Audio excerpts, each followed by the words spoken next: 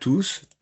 Nous allons donc lancer ce premier module du webinaire Usage et besoins en matériaux, donc qui fait partie du programme d'interconnaissance Connaître et comprendre les carrières, donc le programme 3C, et donc qui démarre ce jour sur ce premier module. Vous avez dû, dans l'entrefait, déjà recevoir le module 3, qui est un motion design de quelques minutes, qui explique les différentes typologies d'industrie extractive que l'on connaît autour de la région, donc roches massives, roches meubles, granulats marins, mais aussi roches ornementales. Alors, attendez, je suis obligé de couper pour accueillir un participant. Voilà. Donc, vous voyez toujours mon écran? Oui. Parfait. Donc, d'un point de vue organisationnel, donc c'est un webinaire d'1 heure et demie intégrant les questions-réponses. Donc, nous avons une présentation de 1 heure. N'hésitez pas à poser vos questions au fil de l'eau dans le fil de conversation de façon à pouvoir enregistrer et répondre à vos interrogations. Les diaporamas de cette matinée vous seront transmis par les services de FNE et de Bretagne Vivante. Ce webinaire est donc enregistré et le replay vous sera également diffusé. Merci de couper vos micros de façon à éviter les phénomènes d'écho et nous consacrerons bien 30 minutes en questions-réponses à la fin de ce webinaire. Ce programme de formation est basé sur un échange mutuel de connaissances entre les carriers, les associations environnementales et leurs bénévoles qui sont partenaires de l'UNICEM. Pour rappel, nous avons une convention de dialogue permanent avec FNE Pays de la Loire, ce qui nous a amené à construire ce parcours de formation. Ce programme a donc pour objectif de présenter factuellement les industries extractives minérales, leur rôle sur les volets socio-économiques mais aussi environnementaux, ainsi que sur le traitement des impacts qu'assurent les industriels. Donc, vous verrez l'ensemble des différents modules. Donc, projet co-organisé entre les différentes UNICEM entreprises, UNICEM régionales Bretagne et Pays de la Loire, au travers de leurs comités régionaux UNICEM Entreprises Engagées, qui est notre association porteuse de notre label RSE, mais aussi avec les associations environnementales, donc comme FNE Pays de la Loire, mais aussi Bretagne Vivante. Donc, ce programme est composé de 8 modules, retraçant la vie d'une carrière de son ouverture jusqu'à son réaménagement, en passant par son fonctionnement et les différents engagements de la filière pour l'environnement. Les 8 modules, donc le premier, c'est celui de ce matin, usage et besoins en matériaux en région Pays de la Loire. Le module 2, qui a lieu donc fin avril, et Xavier vous a déjà transmis le module d'inscription qui retracera la vie d'une carrière de l'ouverture à son renouvellement sous l'angle plutôt administratif et pour vous présenter toutes les étapes que doivent accomplir les carriers pour une ouverture ou un renouvellement de carrière. Le module 3, c'est le motion design, donc présentant le fonctionnement d'une carrière de roches meubles, de roches massives, de roches ornementales ou de granulats marins et de granulats marins. Le module 4, consacré à la biodiversité qui sera organisé sur site et non pas en webinaire et qui présentera les engagements de la filière en matière de gestion de la biodiversité. Donc là, ce sera un module qui sera sous forme de présentiel, donc sur une carrière et sur une demi-journée et animé par FNE Pays de la Loire. Non, Port Bretagne Vivante. FNE Pays de la Loire, c'est le suivant, c'est le module 5 sur l'eau, qui présentera donc les engagements de la filière en matière de gestion de la ressource en eau. Et là aussi, ça se fera sur site, sur une demi-journée, pour vous présenter concrètement les actions des carrières en matière de gestion de l'eau.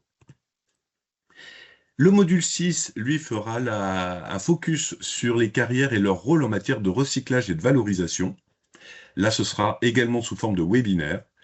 Le module 7, la remise en état et le réaménagement, c'est-à-dire quid de la vie d'une carrière à la fin, c'est-à-dire comment elle est remise en état, comment elle est réaménagée, et de comprendre le mécanisme de définition d'un projet de réaménagement et d'en découvrir les plurifonctionnalités de l'après-carrière. Ce n'est pas que des bases de loisirs, il y a bien d'autres fonctionnalités. Et enfin, le dernier module qui vous présentera les engagements de la filière, notamment en matière de démarche de progrès, au travers de nos différents labels et démarches que sont Cap Environnement et notre label RSE. J'en ai fini pour la partie introductive, donc je vous propose immédiatement de passer la parole à Guylain de La Gâtinais, qui va donc vous présenter l'histoire des carrières au fil du temps et leur rôle au niveau régional. Alors, hop, est-ce que vous voyez bien l'écran? Oui. Oui, parfait. Eh bien, du coup, Guylain, je te passe le micro. Merci Carlos. Bonjour à tous. Alors évidemment, ça va être extrêmement bref, hein, 10 slides, 10 minutes. Alors je vous prie de m'excuser parce que je suis en fin de grippe, donc je vais être peut-être un peu lent, et je serai sans doute obligé de vous quitter à l'issue de mon intervention ou quelques temps après. Mais en tout cas, on va pouvoir tout de suite se jeter dans le vif du sujet. Alors, quand on regarde le premier slide, on voit qu'on a des travaux d'extraction très anciens. Ici, vous avez un exemple de fouilles qui ont été effectuées à Saint-Lupien, donc c'est-à-dire à Rezé. On a déjà, il y a 2000 ans, la trace d'exploitation de carrières. Alors évidemment, les matériaux étaient relativement souvent exploités et utilisés sur place, mais ce qui a été effectué à Rezé a fait l'objet de recherches au niveau de l'ensemble des Pays de la Loire, et cet exemple, on pourrait le surmultiplier, sachant qu'on peut également profiter, et ce qu'ont fait d'ailleurs les anciens, c'est profiter de la Loire, de ses affluents, pour faire naviguer les matériaux. Bon, là, on a l'exemple de granit, mais on a également du grès pour les tombes mérovingiennes. Enfin, vous voyez donc un ensemble et une exploitation ancienne des matériaux de carrière. En tout cas, avec cette photo ici à Rezé, on a une carrière de près de 2000 ans. Alors on peut continuer la slide suivante. Comme je vous le disais, au niveau de l'utilisation, l'utilisation se fait souvent sur place, et ces matériaux, on a ici un exemple avec la muraille gallo-romaine du Vieux-Mans, les matériaux sont utilisés, réutilisés, et ici on voit une ornementation tout à fait connue et significative, qui date des premiers siècles, hein, du 3e ou 4e siècle de notre ère. Donc on voit que les matériaux de carrière sont des matériaux de proximité et employés depuis longtemps à travers nos régions. On peut toujours continuer. Alors, on pourrait rentrer dans le détail de chaque matériau. On a parlé du granit, on a aperçu avec la muraille gallo-romaine un certain nombre d'exemples de pierres, de moellons de pierres équarries, de briques, donc fabriquées avec tous ces matériaux exploités. Là, vous avez un exemple de cave, en tout cas, d'exploitation de tuffeau dans la région de Saumur, donc de manière traditionnelle. Pareil, hein, les chercheurs ont trouvé au moins la trace de l'exploitation du tuffeau à l'époque gallo-romaine.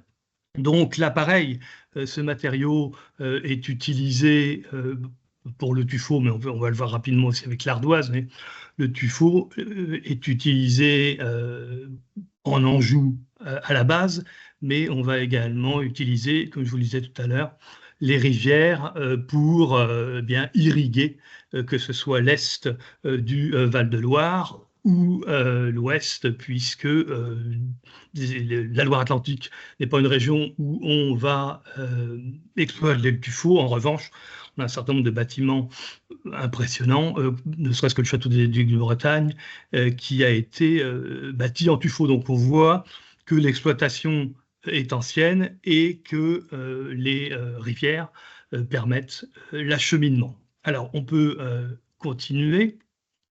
Donc, comme je vous le disais, au niveau des matériaux, ils sont divers dans leur exploitation. Là, au niveau régional, on a une gravure ancienne qui représente Angers et qui nous montre l'exploitation de l'ardoise. Et les traces les plus anciennes remontent au niveau ici de l'exploitation de Trézé à 1406. Donc on est pareil au niveau du Moyen Âge. Donc toutes ces traces anciennes eh bien, ont perduré et se sont peu à peu mécanisées. Là, on est évidemment, avec cette gravure, on le voit dans l'artisanat, mais si on poursuit, on voit que peu à peu, eh bien, tout devient de plus en plus industriel. Là, on a une photo du début du XXe siècle qui nous montre, alors c'est sans doute du côté de Noyant-la-Gravoyère, connu notamment pour la mine bleue, mais on voit que l'extraction devient peu à peu industrielle, se développe au XIXe siècle et va suivre le développement des besoins. Hein. Les carrières vont s'adapter, les mines également. Donc, le XXe siècle, pour cela, est symptomatique. Là, on a une photo de Nantes, on a du réemploi de matériaux. Beaucoup de villes ont été bombardées, ça a été le cas pour les villes bretonnes, comme on l'a dit et qu'on le redira. Mais l'exemple de Nantes également est important, ville partiellement bombardée. Et vous avez notamment des axes du centre-ville comme la rue du Calvaire, pour ceux qui connaissent. Belle réalisation 19e qui a été complètement anéantie. Et les matériaux ont été récupérés pour servir à la reconstruction. Notamment ici, vous avez la cité des Hauts-Pavés qui se situe au nord-ouest de Nantes. Et on a ici cette photo des années 50, donc début de la reconstruction, où on a utilisé véritablement les matériaux qui avaient été une première fois déjà utilisés et exploités pour de nouveau s'en servir dans la construction, parce que le XXe siècle, c'est aussi le développement. Alors, j'allais dire du béton. Le béton existe depuis les Romains, mais en tout cas, la technique du béton armé va permettre un développement significatif des matériaux de carrière pour, bien évidemment, la construction. Donc là, on a à la fois l'exploitation pour la construction, mais on a également ici un exemple de réemploi dans les années 50, puisque on le sait, avec les années 50, on a les 30 Glorieuses. Alors, cette photo n'est pas forcément extraordinaire, mais au niveau de la base de l'inventaire des Pays de la Loire, malheureusement régional, c'est tout ce que j'avais à disposition. Sinon, on avait encore des exemples en Loire-Atlantique. Donc là, on a en tout cas quelque chose d'original, même au niveau de la commune, hein, Bécon, les granites, où on a un exemple de carrière qui va contribuer au développement, je vais dire, des 30 Glorieuses, mais avec une mécanisation qui permet le développement des activités comme on va pouvoir les appréhender, c'est-à-dire de manière quand même assez significative au niveau de l'exploitation. Donc, une exploitation importante de tous les matériaux de carrière. Et ça se poursuit, on le voit, jusqu'à des années récentes, puisque là, on a la jointure, je n'arrive pas à trouver le nom, mais la jonction, voilà, entre la LGV qui datait des années 80 pour rejoindre la Connerré, le prolongement LGV Bretagne, et on le voit, tout le ballast est fourni par les matériaux de carrière exploités localement. Donc on a un ballast qui est utilisé dans la Sarthe, mais exploité au niveau de la Sarthe. Donc on peut continuer et même peu à peu se rapprocher de la fin, puisque là vous avez un exemple. Alors, qui se trouvent aux portes de Nantes, ce sont les carrières de Misery. Et les carrières de Misery ont servi notamment à exploiter les pavés nantais. On est vraiment sur la commune de Nantes, aux portes de Nantes. Et évidemment, l'exploitation a cessé, mais on a encore des photos du XXe siècle assez significatives, et on le voit, ça ouvre après sur les intervenants suivants, mais on le voit, les carrières sont, en tout cas ici pour cette carrière de Misery, devient un jardin extraordinaire, qui va d'ailleurs être accompagné dans quelques années d'une cité de l'imaginaire. On va réutiliser encore un bâtiment significatif, premier bâtiment en béton armé encore conservé, en tout cas en France, c'est sûr, avec les anciens moulins de la Loire qui se trouvent à proximité. Donc là, on va avoir tout un quartier, on va réutiliser, réemployer ce qui a existé et ce qui a été exploité depuis un certain nombre de décennies. Donc, voilà un peu pour cette présentation extrêmement compacte, extrêmement rapide, mais c'est surtout une mise en perspective, et il s'agit surtout de comprendre que l'exploitation des matériaux de carrière a au moins 2000 ans, en tout cas, existait déjà avec les Celtes, ont existé, il y a eu des recherches avec les Mérovingiens, et puis après, on l'a compris, c'est mécanisé, bien évidemment.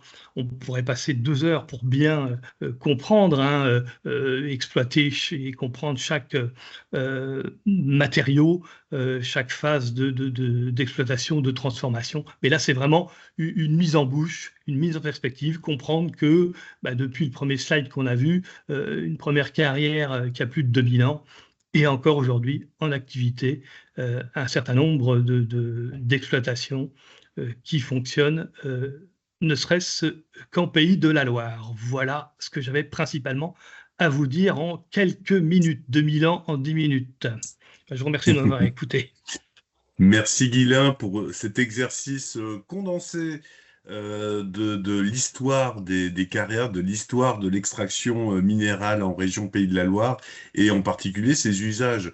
Et on voit bien que ça ponctue également l'histoire de la société, que ce soit au travers des guerres, mais aussi au travers de l'industrialisation de nos sociétés, de nos activités.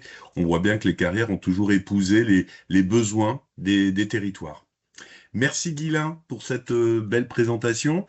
Est-ce qu'on peut prendre une question ou deux au cas où? Oui, n'hésitez pas, parce que je risque de vous quitter, parce que c'est vrai que là, je suis un peu dans le... C'est pour ça que je me permets de Oui, lancer n'hésitez pas à poser l'appel des à questions questions. maintenant. Écoutez, je ne vois pas de main levée. Ah, une question de Xavier. Donc très rapidement, on a 5 minutes. Non, très rapide, merci beaucoup pour cet exposé. Moi, j'avais une question, c'était concernant justement sur ces carrières historiques. Sont-elles classées? Je sais qu'il y a des géotopes qui sont classés par l'Adréal ou par la DRAC. Est-ce qu'il y a des sites d'anciennes carrières qui sont classés justement au patrimoine, quel que soit son titre, et qui sont donc protégés dans un zonage de PLU ou de SCOT, etc.? Classé, je ne pense pas, mais en tout cas, il y a une volonté d'un certain nombre de communautés de communes, d'intercommunalités et d'acteurs, une volonté de valoriser.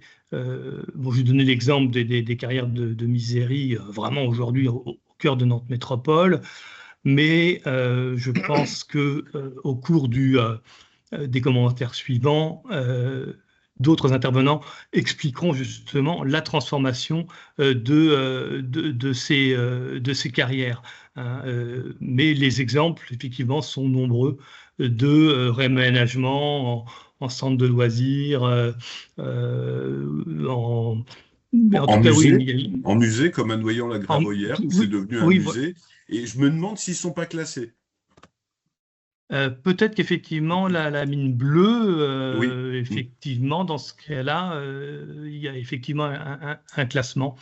Il faudrait que j'étais resté sur les carrières, mais effectivement, au niveau des mines, oui, parce qu'il peut y avoir au niveau du patrimoine industriel, c'est pareil, forfait Moreau en Vendée. Si on prend souvent au-delà des simples carrières, il y a tout un écosystème industriel et lié au patrimoine industriel qui peut être effectivement classé. En tout cas, c'est une volonté. On le voit d'ailleurs sur les sites des patrimoniaux de la région. La carrière en tant que telle, pas forcément classée, mais en tout cas une volonté des collectivités de valorisation. Et effectivement, au niveau du patrimoine industriel, une prise en compte depuis les 30 dernières années, 35-40 dernières années, une prise en compte très importante du patrimoine industriel. Merci pour la réponse, Guilain. Merci, Xavier, pour ta question. Alors, une autre question de Monsieur Vrignon. Oui, bonjour. Une petite question, alors je ne sais pas si on peut l'aborder maintenant, mais justement, c'est peut-être le moment. Est-ce qu'on parlera justement des fins de ce qu'on appelle les fins de carrière dès maintenant? Parce que justement, là, vous avez évoqué la carrière de Misery à Nantes. Il y a bien d'autres carrières qui sont malheureusement qui sont aussi belles et qui, au lieu d'être effectivement protégées, en fait, soit sont réexploitées de nouveau. Et puis maintenant, on voit que l'avenir n'est plus du tout celui qui est montré, parce que maintenant, on comble de plus en plus les carrières pour mettre ensuite des parcs photovoltaïques. Alors, est-ce que c'est quelque chose qui est bien prévu dans le programme effectivement d'acculturation, mais par contre c'est le module 7 où là on fera un focus sur le réaménagement, et module 7 qui vous sera proposé fin d'année ou début d'année prochaine. Ok, merci. Je vous en prie, Monsieur Brignon. Eh bien écoutez, je vous remercie pour l'intérêt, je remercie Guilain pour son animation. Et je vous propose immédiatement de passer au sujet suivant, donc davantage axé sur les besoins et les usages de nos matériaux, à quoi ils servent, où ils vont, etc. Et donc, je passe tout de suite la parole à Pierre-Yves Le Foll de la CERC, qui va nous présenter dans un premier temps les chiffres clés qui nous amènent à développer les besoins en matière notamment dynamique démographique, et donc de faire le lien avec les besoins. Pierre-Yves, je te laisse la parole. Ok, merci. Alors, effectivement, là, je vais faire, j'ai quelques slides là qui vont, sur lesquels vous allez voir un peu plus de chiffres que précédemment. Donc, on va rentrer vraiment dans les chiffres. Voilà, est-ce qu'on peut le faire dérouler? Alors, en 3 points. Alors moi, je vais donc commencer par quelques chiffres clés, ensuite la dynamique démographique et le service économique qui parlera de la production-consommation dans la région des Pays de la Loire. Alors là, vous voyez quoi, le 3e point là, qui en fait disparu, mais qui sera bien présenté par le service économique. Moi, je présente ces 2 points. Alors, j'ai voulu, dans un premier slide, resituer l'industrie des carrières et des matériaux de construction, qui est une activité en amont au sein de la filière de la construction qui, dans les Pays de la Loire, est un poids lourd de l'économie régionale. Alors là, il y a plusieurs chiffres. Je vais essayer de vous en faire donc une synthèse. Vous voyez, sur la gauche, vous avez l'ensemble de la filière de la construction telle qu'elle se définit avec les activités de travaux publics, bâtiments et l'industrie des carrières matériaux. Vous voyez un peu le poids respectif de chacune d'entre elles. La filière de la construction, c'est plus de 30 000 établissements dans les Pays de la Loire. C'est quand même 12% des entreprises. Donc, c'est comme je le disais, c'est un poids lourd. C'est aujourd'hui près de 110 000 salariés. C'est un chiffre d'affaires de plus de 16 milliards d'euros par an. Vous voyez, alors c'est pas orthodoxe de le faire, mais on peut comparer ça donc au PIB régional qui est aujourd'hui calculé par l'INSEE, qui est de 137 milliards d'euros. Vous voyez, donc c'est à peu près... on est à 12% du PIB si on fait ce rapprochement qui n'est pas orthodoxe, mais qui peut être fait. L'industrie des matériaux, vous voyez, les chiffres, j'en ai choisi quelques-uns sur le nombre d'établissements, 140 établissements, 5500 salariés, 500 intérimaires et un chiffre d'affaires de 700 millions d'euros à peu près. Donc, vous voyez, ça représente environ 4% du poids économique, tant en emploi qu'en chiffre d'affaires de la filière de la construction. Vous avez les autres chiffres à côté, vous voyez, qui sont évidemment pour les travaux publics et pour le bâtiment surtout, beaucoup plus importants, mais l'activité des industries de carrière et matériaux, c'est en amont, c'est une activité donc indispensable pour le fonctionnement de ces deux autres branches clés pour l'économie régionale. On peut passer un peu plus en détail donc alors sur ce chiffre d'affaires de l'industrie des carrières qui se répartit entre les activités extractives et les activités de transformation. Vous voyez, bon, rapport 53%, 47%, vous voyez, 47% en BPE, c'est pour le béton prêt à l'emploi, et la production de granulats, 53%. Là, je crois que c'est le dernier chiffre, c'était l'enquête annuelle de 2021 que j'ai pu retenir. Bon, il peut y avoir des variations, mais enfin, on est dans ces ordres de grandeur. Et on peut quand même noter aussi que ce sont des niveaux de production qui sont tout à fait significatifs, hein, puisque au vu du poids constaté des Pays de la Loire en France pour chacune de ces activités, eh bien, on est au-dessus quand même de ce que l'on pèse habituellement d'un point de vue démographique, économique. Pour la production de granulats, vous voyez, c'est quand même 10% de la production française, et pour la production de BPE aussi, on est un petit peu en dessous, mais on est à 8%. Donc, ce sont des niveaux tout à fait significatifs et qui montrent bien le poids économique de l'activité dans la région des Pays de la Loire. Le slide suivant. Alors là, c'est aussi pour montrer, ce sont des études qui ont été réalisées, alors d'ailleurs par la CERC, hein, sur l'implantation des activités dans les territoires ligériens avec les retombées économiques qui ont été calculées, donc avec une méthode qui a été mise au point par les CERC, qui nous a permis de mettre en évidence en quelque sorte l'effet de levier sur le plan de l'emploi que représente cette activité. Donc vous avez à gauche, vous avez donc les emplois directs, les emplois indirects et les emplois induits. Alors pour faire vite, vous voyez, pour l'activité granulat, là, parce que c'est celle-là que j'ai mise en évidence, aujourd'hui dans les Pays de la Loire, ça représente à peu près 4700 emplois concernés. Il y a les emplois directs, vous voyez, il y a un peu plus de 1000 emplois. Il y a les emplois donc indirects, sont toutes les activités liées, le transport, la logistique, etc. Et les emplois induits, tout ça représentant 4700 emplois. Donc on peut dire qu'avec un emploi direct dans l'activité d'industrie des carrières de production de granulats, vous avez 3,6 emplois soutenus dans l'économie locale et dans l'économie régionale. Donc, c'est tout à fait significatif.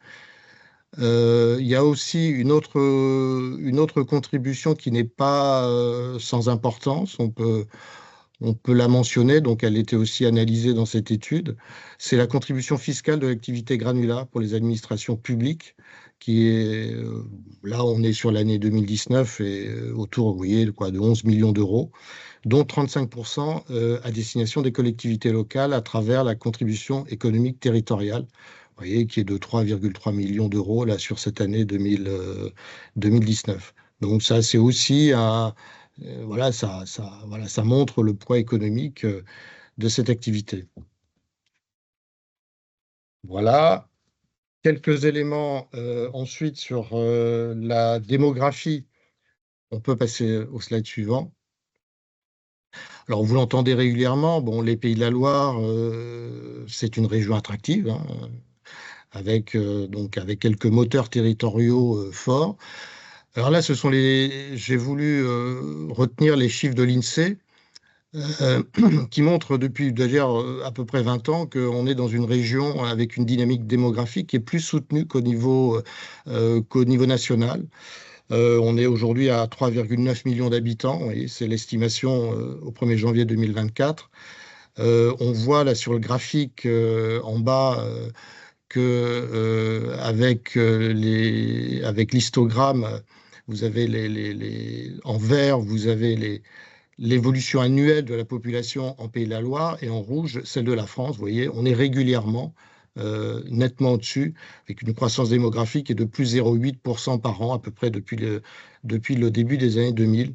Donc, ça représente, de manière concrète, c'est environ, vous voyez, c'est plus de 24 000 personnes par an. Là, c'était le chiffre de 2003, 24 300 personnes. Et le gain de population, quand vous regardez la carte, il se fait essentiellement aujourd'hui on va dire dans 3 départements, mais quand même dans un département plus que les autres encore, en Loire-Atlantique, où on a 65% du gain de population. En Vendée, c'est aussi significatif, 25%, un peu moins en Maine-et-Loire, et les 2 autres départements sont quand même beaucoup plus exclus de cette dynamique démographique. Le passé. Alors, la projection de l'INSEE, c'est toujours un repère, donc ça, quand on essaie de se projeter un peu dans le temps. Aujourd'hui, le scénario central qui a été retenu par l'INSEE dans une étude récente, c'est un scénario à 2070. Alors c'est loin, certes, mais ça nous mènerait à une région autour de 4,2 millions d'habitants. Donc, vous voyez, ça fait 435 000 habitants de plus qu'en 2018, avec toujours une croissance de population, alors moindre que ces 20 dernières années, mais quand même assez soutenue, enfin qui resterait plus importante que la moyenne nationale, avec plus 0,2% par an en moyenne, et qui situerait les Pays de la Loire parmi les régions en plus forte croissance, puisqu'on serait en croissance la plus dynamique derrière la région d'Occitanie. Voilà une donnée qui est quand même aujourd'hui reprise, donc assez, souvent dans tous les exercices menés au niveau régional pour essayer de se projeter dans l'avenir. Slide suivant. Alors, la traduction de toutes ces données démographiques, évidemment, elle a des conséquences pour le secteur de la construction. Donc, voilà, comme on peut l'imaginer. Après déjà 25 ans de croissance démographique, donc aujourd'hui, on a des projections pour l'avenir qui restent soutenues, comme vous l'avez vu. Il y a une étude récente qui l'a traduite, c'est une étude de l'INSEE et de la DREAL, sur le nombre de ménages par an qui vont être en plus à loger avec cette croissance démographique projetée. Eh bien, bon, vous voyez, comme les chiffres, alors vous avez la carte et puis vous avez le chiffre en haut dans le titre, ça donne 12 000 ménages de plus à loger par an, avec après la localisation, bien, on l'a vu un peu déjà sur le passé, mais là c'est sur l'avenir. Elle se fera encore majoritairement en Loire-Atlantique et dans le département de la Vendée, un peu moins dans le département du Maine-et-Loire. Donc on est sur 12 000 ménages par an projetés sur la période 2018-2050, plus 0,6 d'évolution annuelle. En France, on est à 0,4%, donc on est au-dessus. Voilà, c'est une donnée importante. Et pour terminer ce focus démographique, voilà, c'est pour rentrer un peu dans le détail, vous voyez, des besoins en logement donc, qui sont importants, et des besoins donc, en infrastructure, au moins sur le développement de quelques nouvelles infrastructures, et sur leur entretien surtout, de plus en plus. Vous voyez, donc, les calculs qui ont été réalisés par la DREAL récemment situe entre 22 500 et 24 500 logements par an à construire dans la région, là, sur la période qui s'ouvre. Vous avez le détail, là, vous voyez, sur Nantes Métropole. C'est pas Nantes Métropole, mais c'est en fait là, le bassin d'emploi de Nantes Métropole, on serait autour de 9 000 logements. La carte de droite, c'est par département, vous voyez, 53% des nouveaux besoins en Loire-Atlantique, 20% en Vendée, 17% dans le Maine-et-Loire. C'est intéressant de rapprocher ces chiffres de projection aux chiffres actuels. On est dans une période où la conjoncture est, comme vous le savez, pas très favorable. À titre de repère, aujourd'hui, on est à moins de 20 000 logements construits sur l'année 2024. Et l'année 2025 sera très certainement en dessous. Donc, il va y avoir aussi un effet de rattrapage parce que la croissance démographique, Donc, elle s'est pas interrompue pendant ce temps-là. Donc, voilà un peu quelques éléments à la fois de contexte sur la filière, sur l'activité, sur son poids économique, et puis sur le contexte démographique dans lequel elle évolue et elle va devoir évoluer dans les prochaines années. Voilà, je crois que c'était... Oui, c'est tout. Après, je passe la parole donc à Carole. Alors, je ne sais pas s'il y a des questions, si vous... Je ne sais pas, Carlos, comment tu procèdes ou si on met ça plus tard. On prendra plutôt les questions à la fin. Hein, on OK. laisse Carole donc prendre la main tout de suite. Merci Carlos. Donc moi je vais avoir une approche, je vais prendre un petit peu de hauteur, hein, moins sur le focus Pays de la Loire pour vous parler un peu des minéraux, des extractions de matériaux. Et Christine après redescendra un petit peu plus en détail sur les Pays de la Loire. Les granulats, bon, je pense que Ghislain de la Gâtinais en a longuement parlé.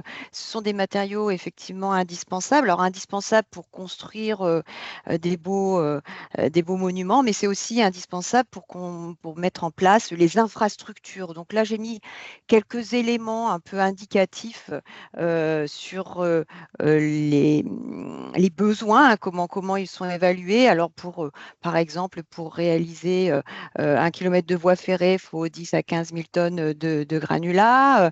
Avec aussi, il en a parlé, du ballast, hein, qui sont des matériaux qui, je rappelle, répondent à des normes extrêmement précises et sont issus de gisements très particuliers, hein, éruptifs. Pour construire un lycée, il faut 5 à 20 000 tonnes de granulats, un hôpital, enfin bon, ça, un autoroute, c'est 20 à 30 000 tonnes pour 1 kilomètre. Enfin bon, ça, ce sont des ordres d'idées. Alors, sachez quand même que ces ordres d'idées, c'est des moyennes, hein, grosso modo. Ça évolue beaucoup et notamment sur la période récente, on a plutôt tendance à être beaucoup plus économe dans ces matériaux.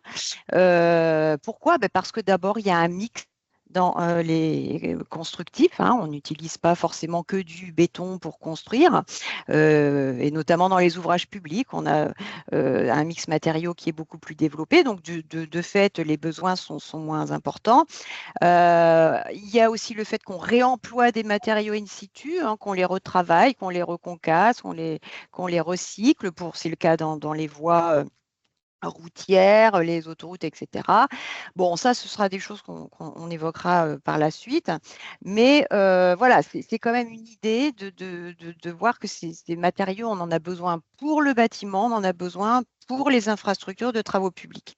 Il y en a 20% à peu près qui vont dans les besoins en bâtiment et le reste, il est à peu près consommé pour tout ce qui est ouvrage de génie civil et de VRD, VRD voulant dire voirie, réseau, distribution.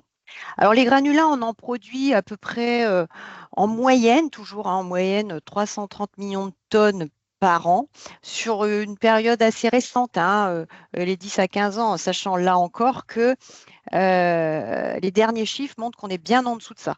Pour vous donner une idée, cette année, enfin je veux dire 2024, on estime qu'on serait plutôt à 300 millions. Donc vous voyez, c'est très éloigné de cette moyenne de 330. Alors il y a plusieurs effets hein, qui jouent. C'est l'effet conjoncture, hein, et puis il y a l'effet aussi structure, parce qu'on a une économie, je dirais, on va utiliser un terme un petit peu nouveau, moins granulovore, si je puis dire. Alors, en moyenne, c'est à peu près 14 kilos par jour et par personne. C'est aller entre 4 et 5 tonnes par an de granulats. On n'a pas vraiment la notion de ce qu'on consomme finalement.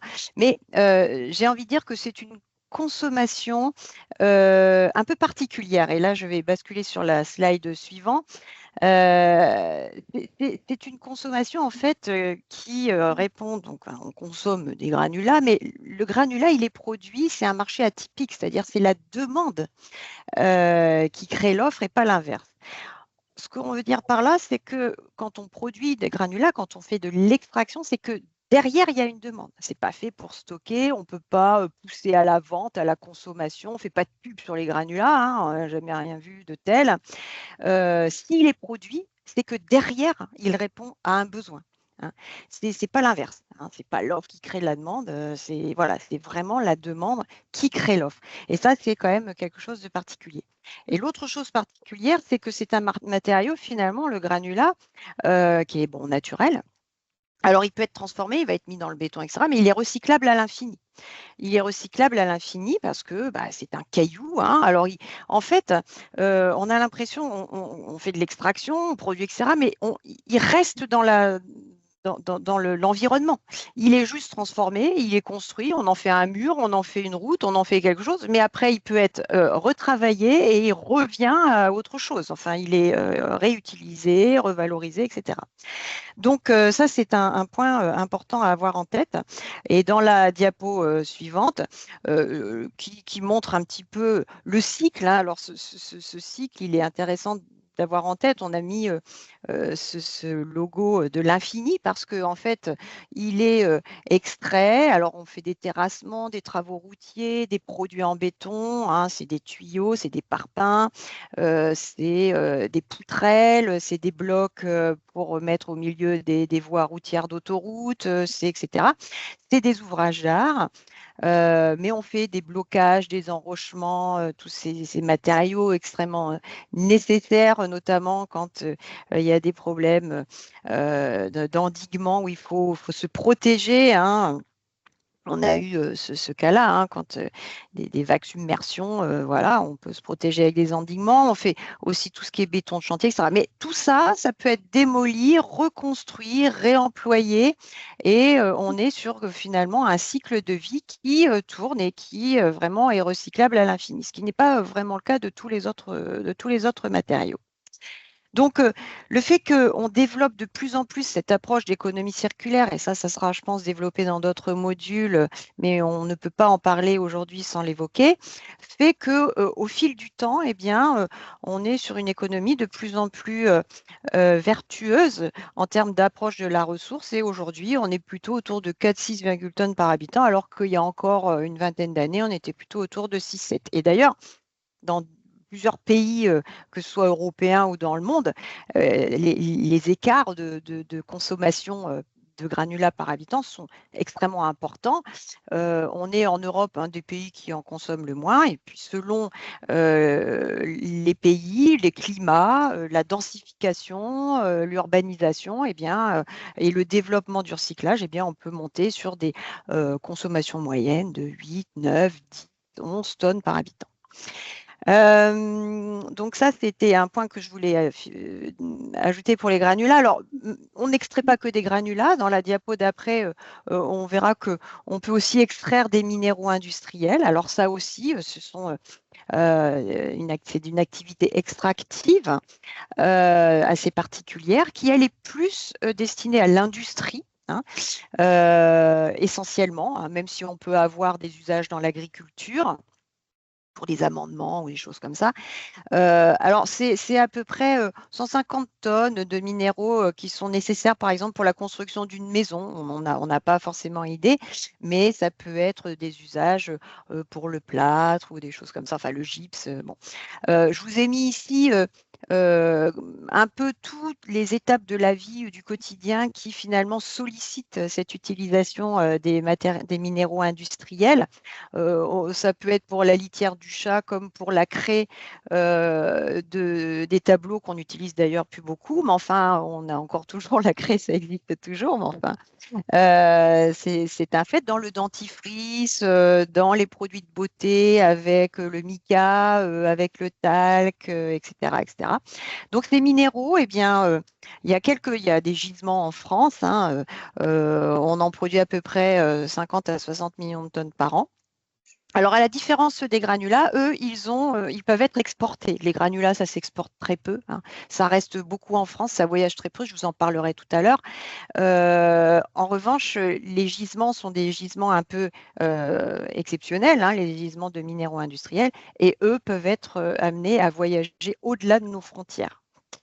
Un autre matériau qui, lui, peut voyager, c'est le dernier que j'évoquerai en termes d'extraction, c'est dans la slide suivante, les pierres de construction. Alors, Ghislain l'a évoqué tout à l'heure, hein, en parlant de l'ardoise, en parlant de certaines autres roches ornementales.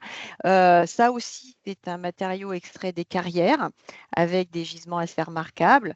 En France, on a une diversité avec des pierres calcaires, on a du marbre, du granit, du grès, de la lave. Et on est sur. Alors, le chiffre d'affaires, il est de l'ordre de 600 millions d'euros. Alors, en Pays de la Loire, il y a à peu près 13 entreprises. Alors, quand on compte des entreprises, chez nous, on prend certes celles qui s'occupent de l'extraction, mais généralement, on l'associe avec une transformation. Parce que les ateliers de transformation sont nécessaires. C'est-à-dire, quand on extrait un bloc ou un moellon, on n'en fait pas grand-chose. Il faut le scier, il faut le façonner, il faut en faire soit des objets.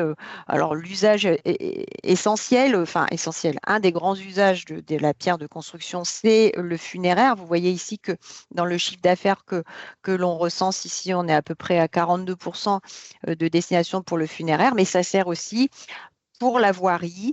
Quand vous allez sur des grandes places dans les métropoles, vous avez des belles pierres, du granit au sol. Ça sert aussi pour la décoration.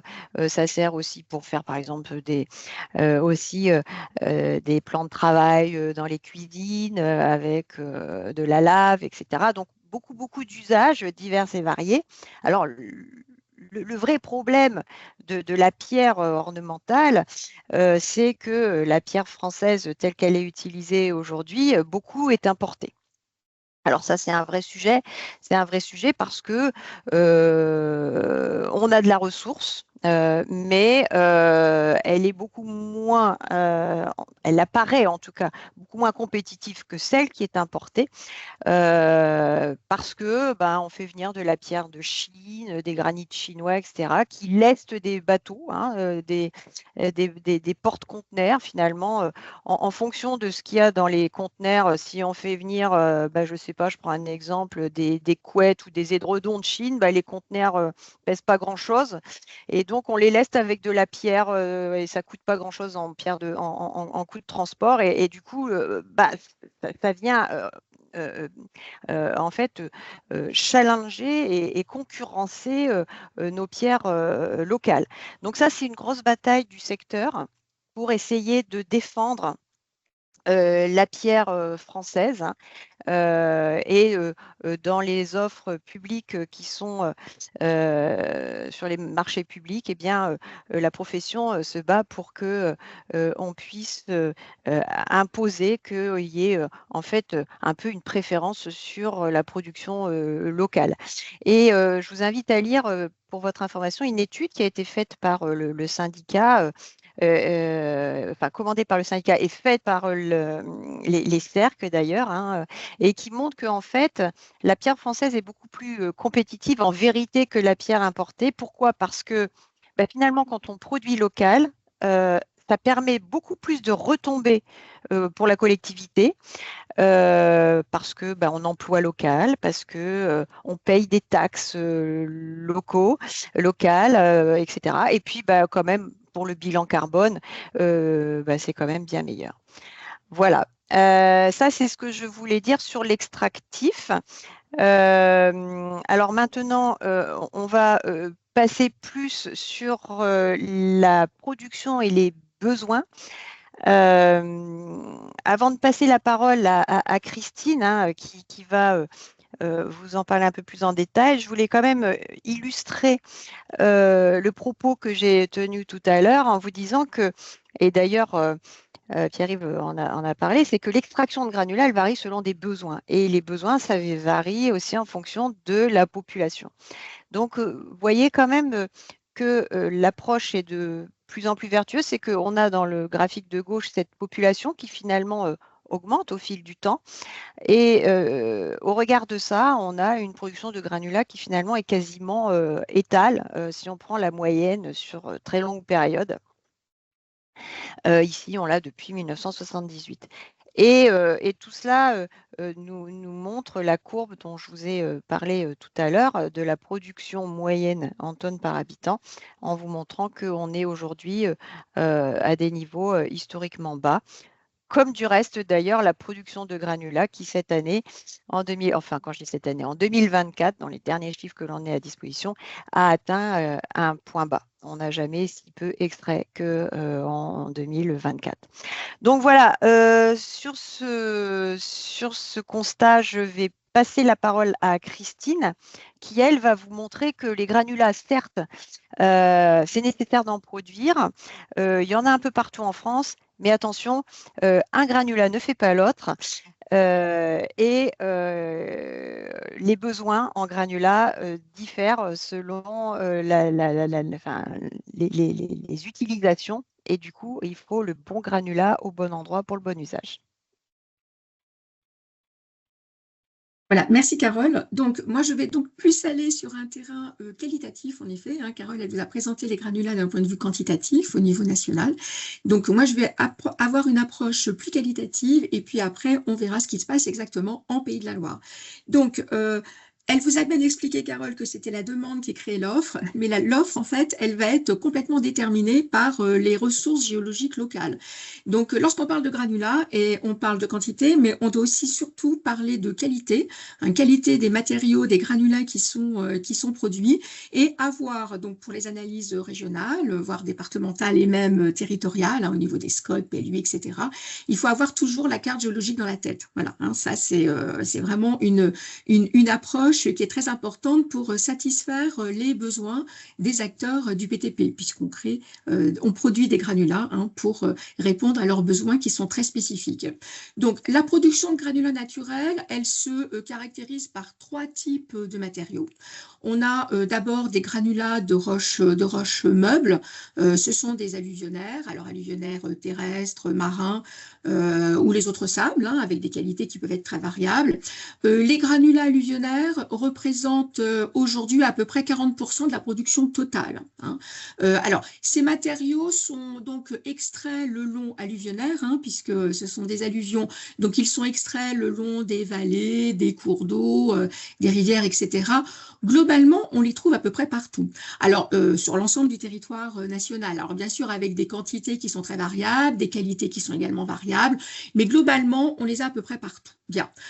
Ensuite, les 60% restants sont des granulats de roches massives, donc avec une part, donc là ce sont des granulats concassés, on les retrouve, alors ces granulats de roches massives se répartissent en part à peu près égale entre les granulats de roches calcaires et les granulats de roches éruptives.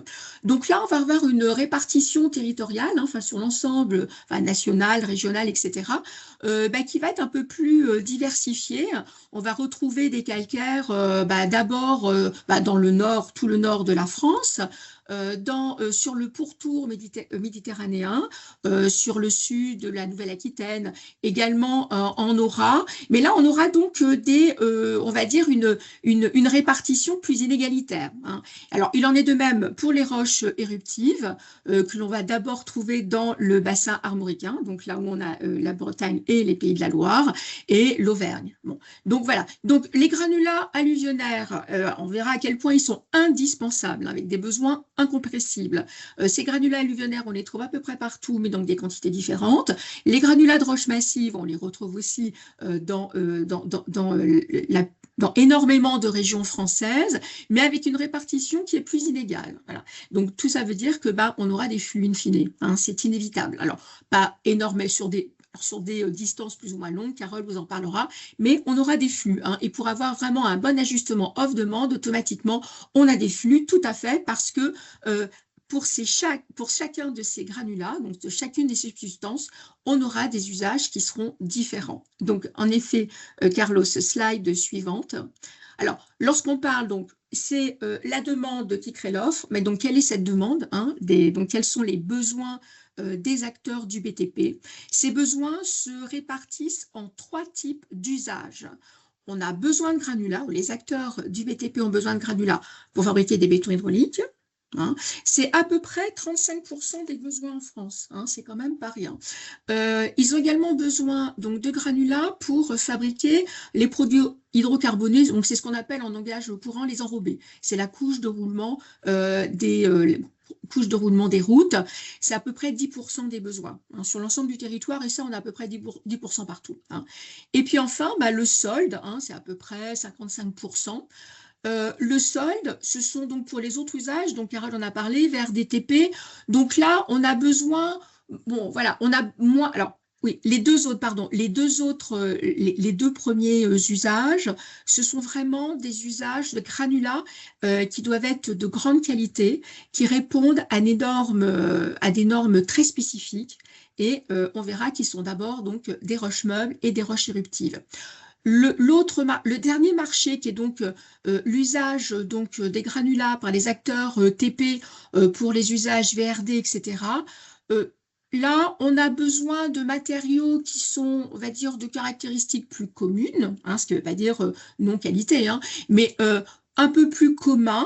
Bon, par contre, eux, ils représentent plus de la moitié des besoins. Hein. Donc, certes, qualité plus commune, mais bon, par contre, en termes de quantité, c'est quand même le premier usage donc, des granulats en France. Donc, 3 types d'usages, des granulats pour les acteurs du BTP, qui correspondent en fait à 3 marchés du granulat. Pour fabriquer des bétons hydrauliques, on a un besoin incompressible de roches meubles, hein, alluvionnaires, terrestres, marins, etc. Ça ne veut pas dire qu'on ne va pas mettre d'autres matériaux, on met d'autres matériaux, notamment donc des roches massives, mais on aura toujours un besoin de roches meubles. Ça, c'est vraiment quelque chose à avoir en tête. Et si on regarde ce qui se passe au niveau de votre région, des Pays de la Loire, on a fait une étude dernièrement hein, avec les granulats marins, on a 45% des matériaux, des filières dans les formulations béton qui sont des alluvionnaires. Hein. Donc, un besoin incompressible. Pour fabriquer des enrobés, on a un besoin également incompressible, qui est même vraiment le premier, mais à 90%, hein, ou 80-90%, un besoin de matériaux qui sont très très durs. Et ces matériaux, hein, vous imaginez, hein, pour supporter le trafic routier, hein, des routes, des camions, etc. Et là, ces matériaux très durs, ces granulats très durs, ce sont des granulats d'origine éruptive. Hein. On ne peut pas faire l'impasse. Donc, vous avez... Donc, dans les départements où vous n'avez pas de production de roches éruptives, qui sont quand même, on verra après, une part importante des départements, automatiquement, vous aurez des flux éruptifs, hein, des flux très importants. Bon, pour les autres matériaux, je l'ai dit, on a des choses beaucoup plus communes. Donc, où sont situés, on a vu, on a donc des géologies différentes qui donc produisent, donc qui amènent à une production de substances différentes. Où sont concentrées ces différentes substances. Bon, là, je vais passer vite parce que vous aurez le diaporama. Donc, les roches meubles, on les retrouve à peu près partout, mais malgré tout, là, vous avez les représentations des productions départementales dominantes.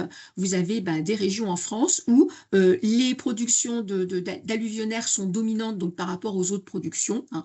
Donc, on les retrouve dans le bassin parisien, dans le bassin aquitain, et également au niveau de Dora. Hein. Dora est une partie de la Provence. Au niveau des matériaux de roches calcaires, comme je l'ai dit, on a surtout donc une concentration importante sur le bassin méditerranéen, le nord de la France, également la Franche-Comté. Et vous vous qui appartenez donc au bassin armoricain, automatiquement, vous avez donc une production de roches, de granulats qui sera à forte dominante de roches éruptives. Voilà, hein. Donc,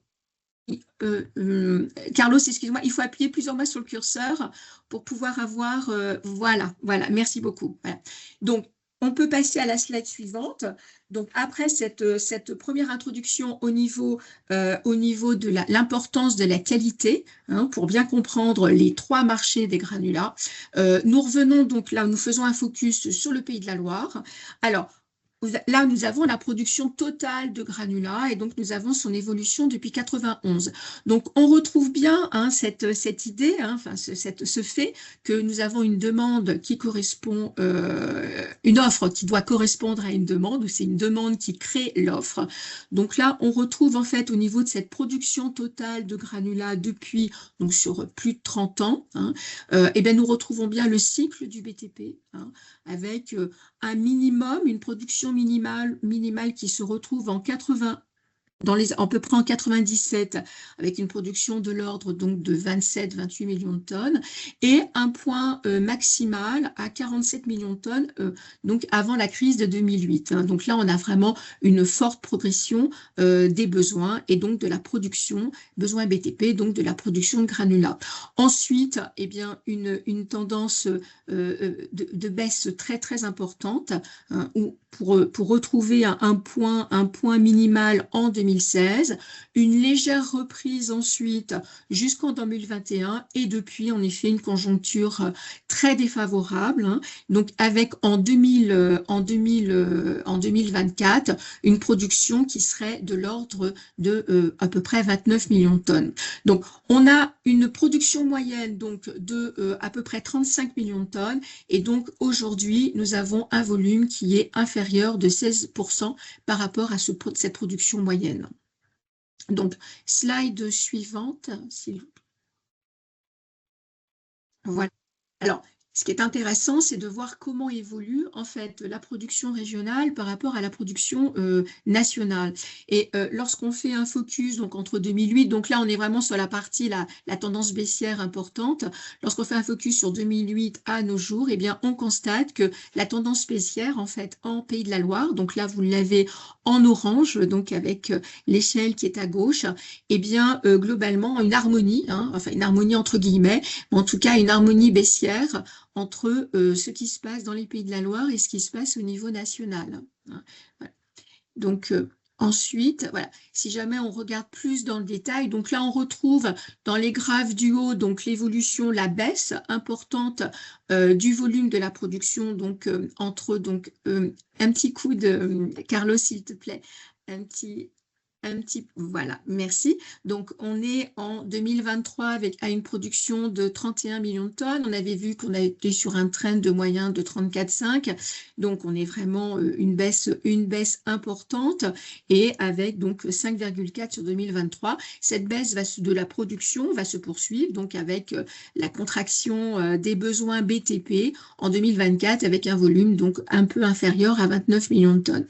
Si jamais nous regardons la structure de la production, eh bien, on ne sera pas surpris, étant donc sur le bassin armoricain, d'avoir une production locale, donc complètement dépendante de la géologie locale, eh bien, qui a forte concentration d'éruptifs, donc avec les 2/3 de la production des granulats, qui sont des granulats éruptifs.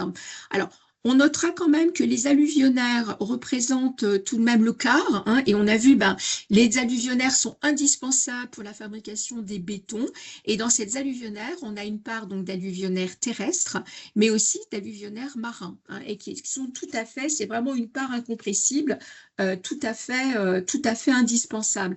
Alors, ensuite, nous avons également du recyclage. Carole a longuement expliqué que nous sommes... que le granulat est recyclable à l'infini. Eh bien, en Pays de la Loire, nous, on estime que cette production de granulats de recyclage issus de la démolition, on ne parle pas des fraisas, uniquement issus de la démolition, eh bien, est supérieure à 1 million de tonnes. Donc, c'est une estimation que l'on fait à partir de nos études. Bon, et on peut parfaitement comprendre, lorsqu'on a des métropoles telles que Nantes, automatiquement, on a régulièrement des réhabilitations de quartiers, donc on a un processus de démolition et donc de recyclage du béton. Ensuite, donc là, la structure de production, si on regarde ensuite, eh bien, quelle est la répartition territoriale, ou en tout cas par département de cette production régionale. Donc, toute la première partie qui vous a été faite donc, sur la démographie dans cette région, eh bien, on ne sera pas surpris de constater que les productions départementales eh bien, sont la production régionale est concentrée à 56% sur 2 départements. D'abord, le département de la Loire-Atlantique, hein, qui produit plus de 11 millions de tonnes, ce qui est quand même une production très importante. Et puis, ensuite vient en deuxième position la Vendée, hein, avec presque 9 millions de tonnes. Donc là, on retrouve bien la dynamique démographique, hein, avec donc des besoins de logement, d'infrastructures, et qui donc appelle une production de granulats de recyclage. Alors, oui, une petite note. Là, avec une production donc de 31 millions, on va dire, elle est sur un trend de 34,5 millions de tonnes dans cette région. En fait, c'est cette production régionale. En fait, la région Pays de Loire est la 5e région productrice de granulats. Bon, j'aurais dû vous le dire avant, mais comme je n'étais que sur le diaporama, c'est quelque chose à avoir en tête. Donc, vous êtes après Aura, Nouvelle-Aquitaine, Grand Est et Occitanie. Donc, mais à partir de 5 départements, en fait, vous êtes la 5e en 5e position. Hein. Donc, c'est dire à quel point vos besoins sont importants. Hein, et donc, automatiquement, la production est importante dans cette région. Alors, un dernier petit focus sur, donc comme je disais, pour satisfaire les besoins, les usages, hein, et la qualité des usages, et pour satisfaire les besoins de la filière béton, la production locale d'alluvionnaires terrestres est insuffisante. Et donc, eh bien, la filière béton, et en tout cas a besoin donc de matériaux supplémentaires, et donc l'industrie des granulats va donc extraire des matériaux en mer. Donc, pour 2023, il s'agit donc, les extractions se situent donc sur la concession de Kernstraat A et SN2, donc, qui sont donc au large de Noirmoutier, mais également une extraction sur la concession du Perret, hein, qui est au sud des Sables d'Olonne. Donc, ces matériaux marins qui sont extraits, donc, ces matériaux alluvionnaires sont exactement les mêmes, en fait, d'un point de vue géologique. Ce sont en fait des alluvionnaires terrestres qui, au cours du temps, donc avec au niveau des estuaires, hein, ont été poussés vers la mer, et ce sont ces gisements qui aujourd'hui sont exploités donc en mer. Donc les tout venants sont exploités en mer et sont déchargés sur des ports, donc sur terre bien évidemment, donc sur les ports de Saint-Nazaire, de Montoire, de Nantes, et également sur les Sables d'Olonne. Et sur ces ports, donc ils vont être traités, ils vont être lavés, hein, puisque on doit retirer tout le sel. Ils sont lavés et ils sont traités sur des installations de traitement exactement comme s'ils étaient donc extraits sur terre. Hein. Donc ce sont exactement les mêmes matériaux, alluvionnaires marins ou terrestres, ce sont les mêmes terrestres ou marins, ce sont exactement les mêmes matériaux alluvionnaires. Les usages sont strictement identiques, mais ce qu'il faut bien avoir en tête, c'est que sur le département de la Loire-Atlantique et de la Vendée, ils sont indispensables à la filière béton qui n'a pas suffisamment de matériaux d'alluvionnaires terrestres pour satisfaire ses besoins. Voilà, moi j'en ai fini. Et donc après, donc je laisse la parole de nouveau à la CERC sur donc les matériaux de recyclage. Oui, alors est-ce que ça va s'afficher? Alors, oui, il faut activer. Alors, attends. Oui, c'est une des caractéristiques. Non, voilà, c'est bon. De l'activité des carrières ligériennes, c'est la prise en charge du gisement de déchets inertes issus des activités de la construction. Vous savez que les activités de la construction génèrent un certain nombre de déchets qui sont, voilà, quoi, donc dans des volumes tout à fait importants. On a fait, dans le cadre du plan régional de gestion et de prévention des déchets avec le conseil régional il y a quelques années, on a fait des enquêtes, on les a actualisées, donc on a quelques données sur ce que ça représente et sur la prise en charge qui en est faite. Et donc, il est apparu que, bien sûr, les carrières ligériennes étaient particulièrement concernées, puisqu'elles assurent, comme vous voyez le titre, 47% donc, de la prise en charge de ces déchets inertes. Alors après, pour entrer un peu dans le détail, alors, donc ça représente les déchets inertes donc, qui sont évacués des chantiers dans les Pays de la Loire. Là, pour l'année 2022, on est à un peu plus de 8 millions de tonnes. Pour avoir un ordre de grandeur, donc ça représente 3,4 fois la masse des déchets ménagers et assimilés quand même. Donc vous voyez, c'est quand même très important. Ensuite, ces usages, enfin, donc ils sont utilisés ou ils sont récupérés, vous voyez. Donc, il y a une part qui est recyclée ou réutilisée sans traitement. Voilà, c'est 35%. Le recyclage concerne essentiellement les bétons à travers le concassage, criblage. Et sinon, la réutilisation sans traitement, elle concerne des déblais qui ne subissent pas de transformation et qui peuvent être acheminés directement sur un projet d'aménagement ou bien transités sur une plateforme dédiée. Donc ça, c'est 35%. Vous voyez, il y a 3% du gisement qui est donc recyclé sur l'emprise des carrières. Sinon, l'essentiel se retrouve utilisé dans le cadre de remblaiement et de remise en état des carrières, vous voyez, à 44%. Et le reste éliminé donc en installation de stockage des déchets inertes. Et il y a une partie qui n'est pas aujourd'hui tracée. Bon, c'est à la fois lié donc à notre enquête statistique probablement, ou alors voilà, il y a quelques éléments qu'on n'a pas pu tracer. Donc, ce qui donne donc un total pris en charge par les carrières, donc remblaiement ou recyclage de 3,8 millions de tonnes. Donc, c'est 47% du gisement des déchets inertes issus donc de la construction. C'est un niveau qui est sensiblement plus élevé que dans les autres régions, sans doute donc en région du nombre de carrières, mais aussi le maillage des carrières sur le territoire qui permet d'atteindre un bon niveau de valorisation des inertes. Et voilà un peu un peu l'accent qu'on voulait aussi mettre sur cette caractéristique, on va dire, dans les Pays de la Loire, sur cette activité, quoi.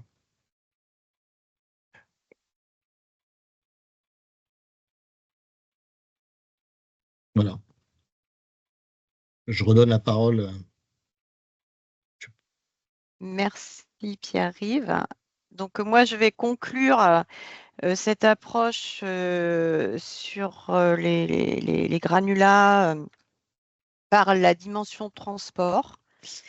Alors, c'est un point très important parce que comme tout produit, comme tout matériau, même si il est sous nos pieds, il a quand même besoin d'être acheminé pour être mis en œuvre. C'est le cas du granulat, bien évidemment, comme de tous les autres produits.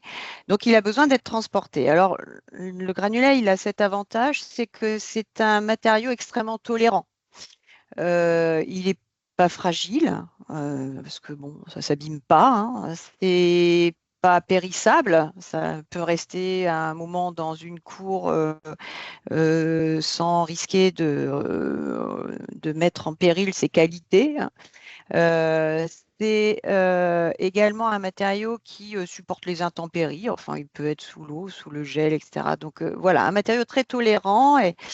Mais le seul problème, c'est que c'est lourd. Évidemment, on ne peut pas transporter dans des sacs. Enfin, ça se fait, hein, des big bags. Mais enfin, c'est un matériau qui a besoin d'être acheminé le plus souvent par du matériel roulant. Alors, on va voir qu'il y a différentes façons de l'acheminer. Mais ce qu'il faut bien avoir en tête, c'est que dans l'activité économique d'un carrier, le transport est quand même la clé de toute l'activité. Parce que le matériau produit, le granulat, est quand même un matériau à très faible valeur ajoutée. Je prends toujours cette image qui donne une bonne idée, c'est que quand vous voyez circuler un camion avec un chargement de granulats, eh bien, il a dans sa cargaison à peine même pas le prix d'un portable. C'est comme s'il transportait un portable en termes de valeur. C'est avec 10 € la tonne, si on met 33 tonnes dans un camion, ça fait une cargaison d'une valeur entre 300 et 350 €. Donc, c'est un matériau à faible valeur ajoutée qui est lourd et qui, pour être transporté, donc, doit se faire sur les plus courtes distances possibles. Alors, pour réduire l'impact environnemental, évidemment, puisque c'est quand même une inquiétude première. Alors, beaucoup d'améliorations ont été faites sur le choix de la motorisation de ces véhicules, hein, qui sont maintenant avec des normes Euro 6, Euro 7, donc qui consomment, qui ont donc des émissions CO2 beaucoup plus faibles. Mais il est évident que le vrai problème, c'est le transport, et tout est fait donc pour réduire l'impact environnemental de ce transport. Et pour ce faire, c'est la raison pour laquelle le maillage territorial doit être le plus fin possible, c'est-à-dire que l'extraction doit être au plus près des chantiers. Aujourd'hui, on est sur à peu près 2500 carrières en France, hein, toutes substances confondues. C'est à peu près une vingtaine par département. Donc, voilà, on est sur un maillage territorial. C'est pour ça que la profession plaide pour ce maillage territorial, pour réduire l'impact, qui est donc un impact économique et environnemental. Donc, courte distance et massification. Alors, la massification, elle est compliquée à faire. Dans la slide 2, on a la slide suivante, pardon. On a quand même une idée, c'est que essentiellement, ça reste quand même la route qui est privilégiée. Pourquoi? Parce que la route, c'est aussi ce qui est le plus simple, parce que entre on parle toujours de la logistique du dernier kilomètre.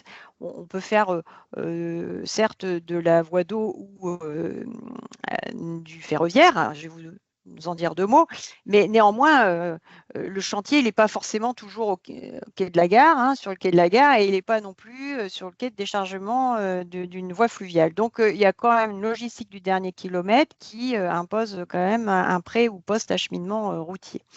Donc, ces 90% des tonnages sont faits par la route. Alors, on a du ferroviaire, on a du fluvial. Alors, le fluvial, les producteurs de granulats sont très engagés sur la voie d'eau, hein, ils ont même leur propre flotte. Le problème, c'est que le fluvial ne peut se développer que là où il y a des bassins, ce qu'on appelle les bassins mouillés, c'est-à-dire là où il y a de la voie d'eau. Et donc, ça écarte du coup, la géologie fait que ça écarte, il y a des régions complètes qui sont écartées de cette possibilité de massification, parce qu'il n'y a juste pas de voie d'eau pour transporter les matériaux. Donc, la voie d'eau, c'est à peu près une vingtaine de millions de tonnes par an, hein, qui sont transportées, sachant que le plus gros axe, c'est l'axe Seine. Et notamment là où la logistique fluviale est le plus développée, c'est notamment sur le bassin parisien. Donc voilà, c'est un point important à avoir en tête. Alors, du côté du ferroviaire, alors le ferroviaire, c'est évidemment un point important à développer, mais aujourd'hui, il faut savoir que nous n'avons à peu près que dans l'ensemble des carrières qui sont en France, il y a à peu près que 35 carrières embranchées ferroviaires. Enfin, il y en a une cinquantaine embranchées, mais il y en a que 35 qui peuvent expédier du granulat par voie ferrée. Alors, c'est très peu. Alors, le ferroviaire, ça impose un branchement ferroviaire non seulement au départ carrière, mais aussi à l'arrivée. C'est-à-dire qu'il faut décharger soit sur un chantier ou soit près d'un chantier, dans une gare, ou alors sur une plateforme de logistique. Et ça, du coup, bon, c'est évidemment, c'est une contrainte qu'il faut avoir en tête. L'autre contrainte, c'est le coût. Le coût de transport par le ferroviaire et surtout, pas forcément le transport en lui-même, mais le coût d'entretien de ces voies. La vraie question aujourd'hui, c'est en fait sur la gouvernance financière du financement de ces voies ferrées. Et du coup, aujourd'hui, il y a beaucoup d'opérateurs privés qui se sont développés, y compris dans les granulats, hein, de façon à pouvoir prendre en main et prendre en charge l'entretien de ces petites voies ferrées qu'on appelle les lignes 7 à 9 SV, qui sont des petites lignes, des capillaires, qui permettent de quitter le sillon principal pour aller chercher les granulats dans les embranchements. Mais il est clair que c'est une bagarre assez ardue avec la SNCF Réseau pour pouvoir entretenir et maintenir ces petites lignes capillaires. Donc aujourd'hui, on transporte à peu près 10 millions de tonnes de granulats par voie ferrée, c'est assez peu. Mais c'est une bataille sans merci que se livrent les producteurs de granulats pour essayer de défendre leurs embranchements et pour essayer de continuer à pouvoir faire du ferroviaire et du transport par voie ferrée. Je termine en disant que ce coût est important, hein, puisque le coût de transport, il faut savoir que tous les 30 km, en fait, le prix du granulat double. C'est le transport qui coûte cher dans le granulat, ce n'est pas le granulat lui-même, c'est le transport qui coûte cher. Donc la courte distance, on le voit, en France, en moyenne, quand on fait de la route, le granulat voyage à peu près entre 35 et 36 km en moyenne, pas plus, hein, c'est vraiment la distance maximale en moyenne. Pour ce qui est du ferroviaire, la distance est plus longue, elle est autour de 200 km. Et on le voit dans la slide d'après, hein, j'ai oublié de te dire. Et pour la voie d'eau, c'est à peu près une centaine de kilomètres. Donc voilà, c'est à peu près ce que l'on peut dire en moyenne nationale. J'ai fait le travail aussi pour de vous mettre sur le graphique ce qui se passe sur les Pays de la Loire. Donc vous avez des distances moyennes différentes avec un peu de voies d'eau, hein, très peu, beaucoup de routes et un peu de ferroviaire. Donc des éléments qui sont assez comparables avec ce qu'on a sur une moyenne France. Donc voilà ce que je pouvais dire sur le transport pour clore ce chapitre donc un peu économique sur l'extraction de matériaux.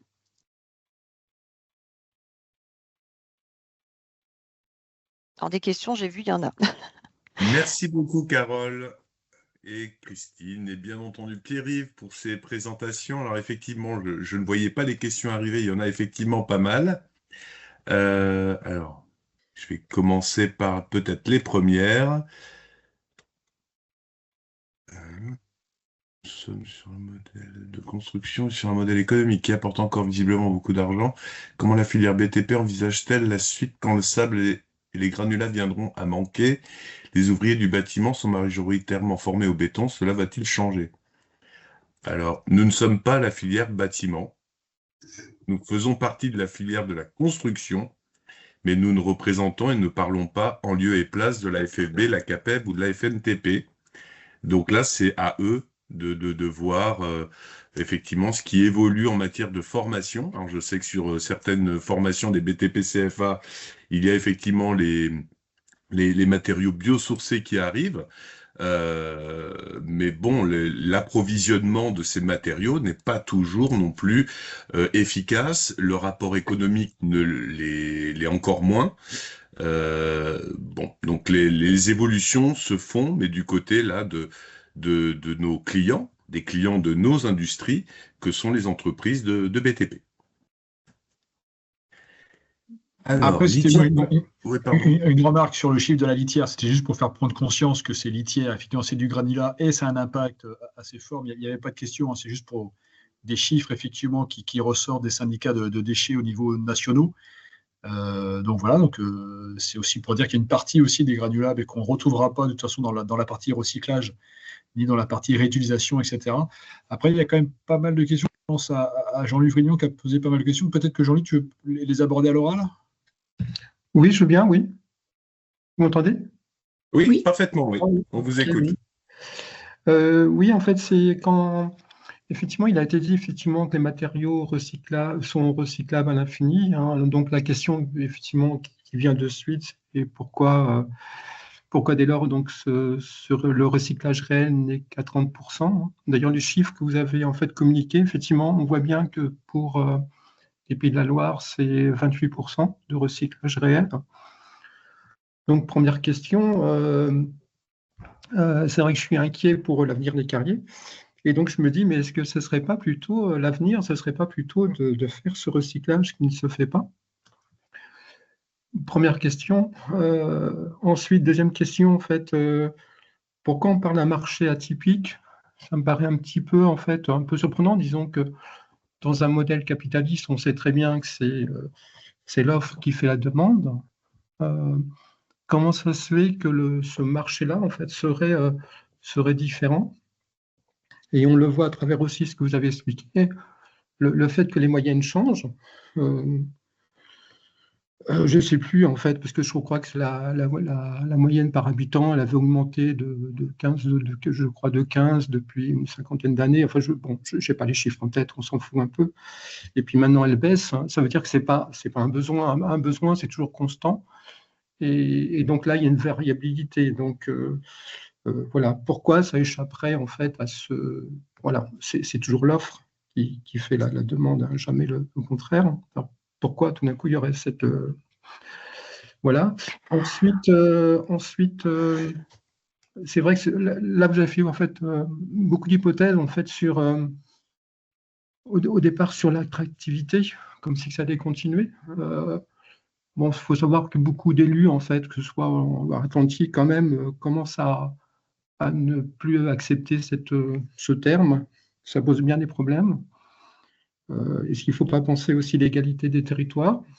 Il faut aussi, en fait, peut-être, il y a une nouvelle demande sociétale qui est liée aussi, en fait, aux nécessités environnementales. Et ça, ça paraît jamais, en fait, cette hypothèse n'est jamais développée, comme effectivement d'autres usages d'autres matériaux, d'autres techniques, une autre conception de l'aménagement du territoire, etc. Mais cette hypothèse n'est jamais développée. Ensuite, ça fait beaucoup de questions là d'un coup là. Oui, Ça commence à faire beaucoup là pour répondre. Bon, on va peut-être répondre au fur et à mesure, je pense, parce que voilà. D'abord le recyclage, ouais. Alors le recyclage, c'est recyclable à l'infini, mais ça ne veut pas dire que le problème c'est qu'on ne va pas tout démolir. Hein.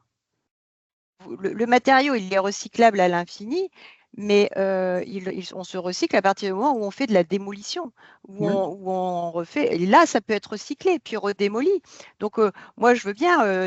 On peut aussi tout démolir et tout reconstruire. Donc, c'est une histoire de flux. Comme ça a été le cas et comme l'a précisé Guylain tout à l'heure, à la fin de la Deuxième Guerre mondiale. Oui, c'est ça. Oui, je suis d'accord. Là, oui, on a tout recyclé. Oui, c'est pour ça que quand, effectivement, par an, il y a 240 millions de tonnes de déchets du BTP, pourquoi là c'est démoli? C'est pas pourquoi ils Alors non, alors quand il y a 240 millions de tonnes de déchets du BTP, déjà il y a énormément de terre, hein, c'est des terres de scalpage, etc. C'est essentiellement de terre, il y a beaucoup de terre. Et après, il y a des déchets de démolition. Des déchets de démolition qui, eux, ne sont pas tous recyclables à l'infini. Attention, quand on parle des 240 millions de tonnes de déchets du BTP, il y a peut-être, mais ce n'est pas que du déchet inerte. Hein. C'est les 7 flux. Il y a des déchets dangereux, des déchets non dangereux. Donc, nous, on est vraiment dans le segment du déchet inerte, c'est-à-dire non dangereux, cette classe de déchets qui, une fois triés, lui est recyclable à l'infini.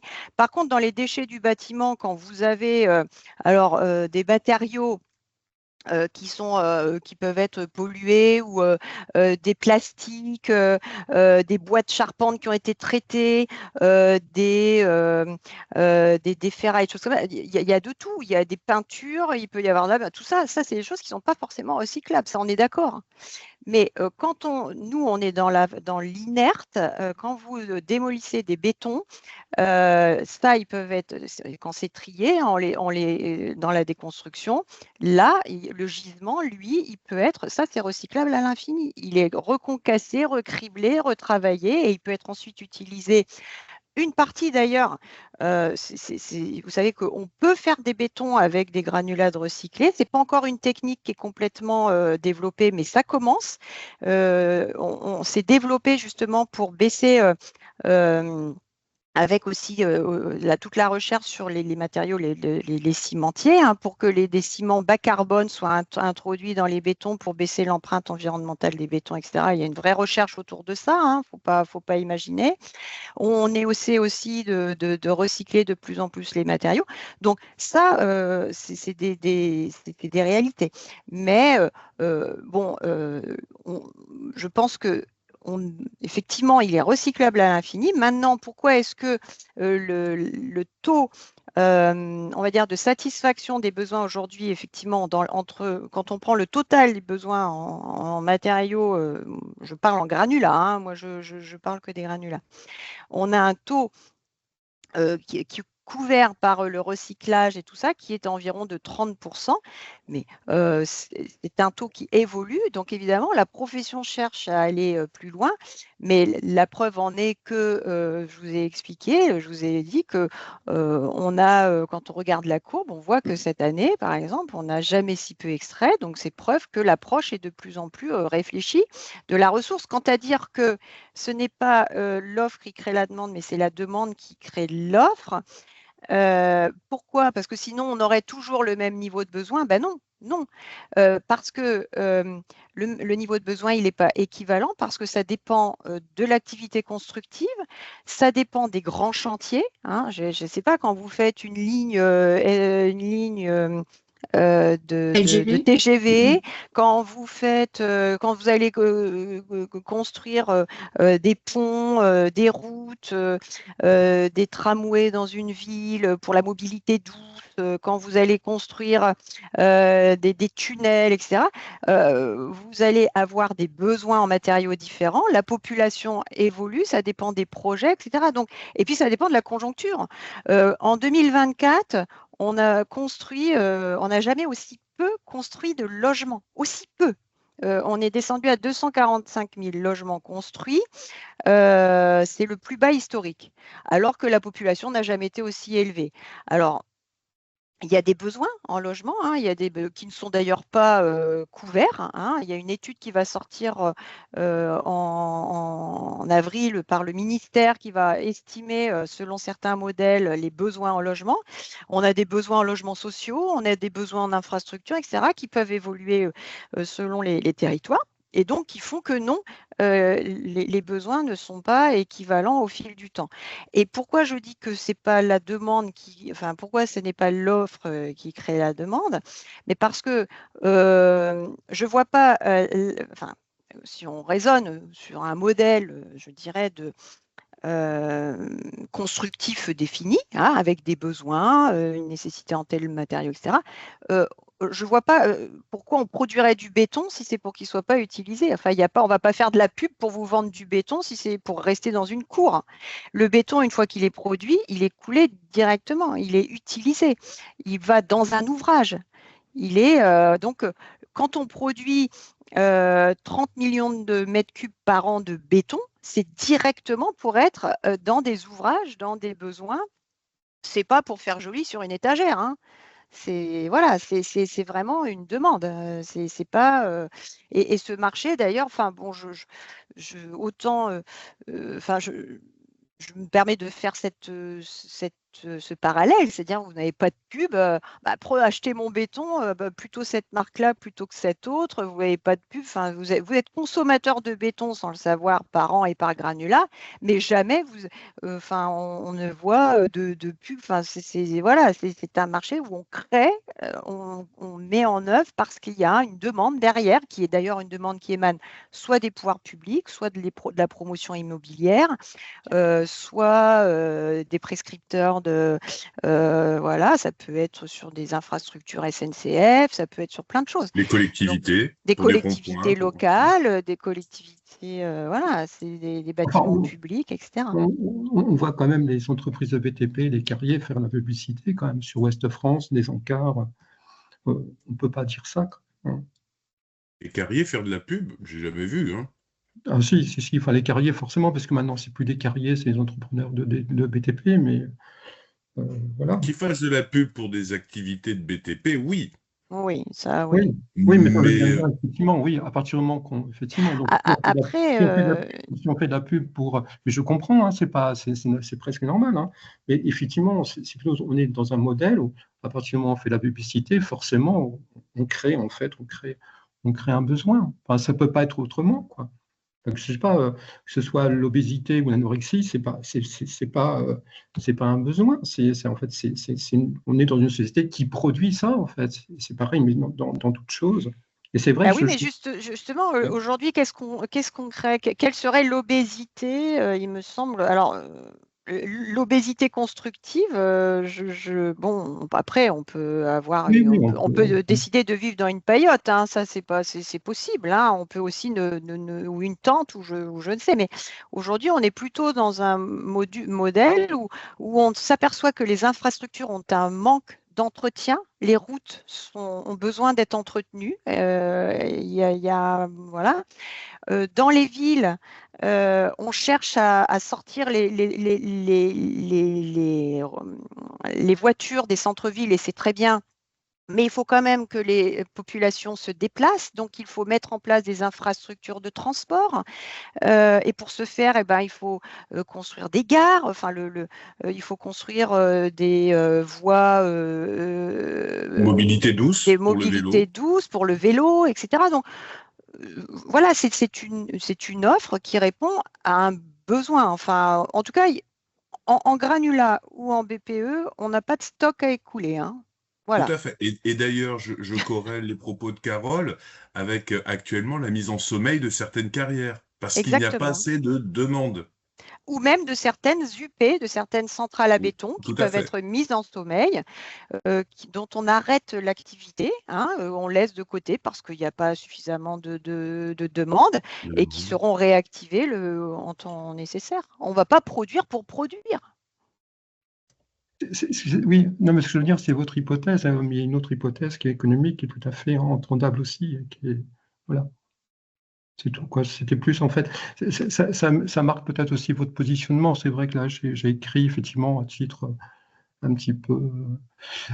Est-ce que du coup, votre syndicat, est-ce que vous êtes plus proche justement du modèle, du modèle, par exemple, de la Couve paysanne ou de la FNSEA, c'est-à-dire quelle est votre orientation, quoi. Et effectivement, là, je sens que vous partez effectivement d'un seul type, d'un modèle et d'une hypothèse.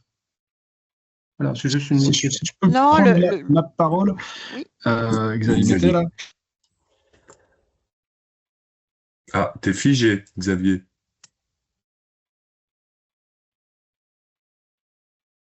Si je peux me permettre.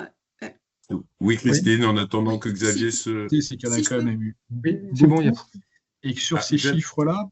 Xavier, juste une chose, tu as été coupé, on n'a rien entendu. D'accord. Alors, pardon, je reprends.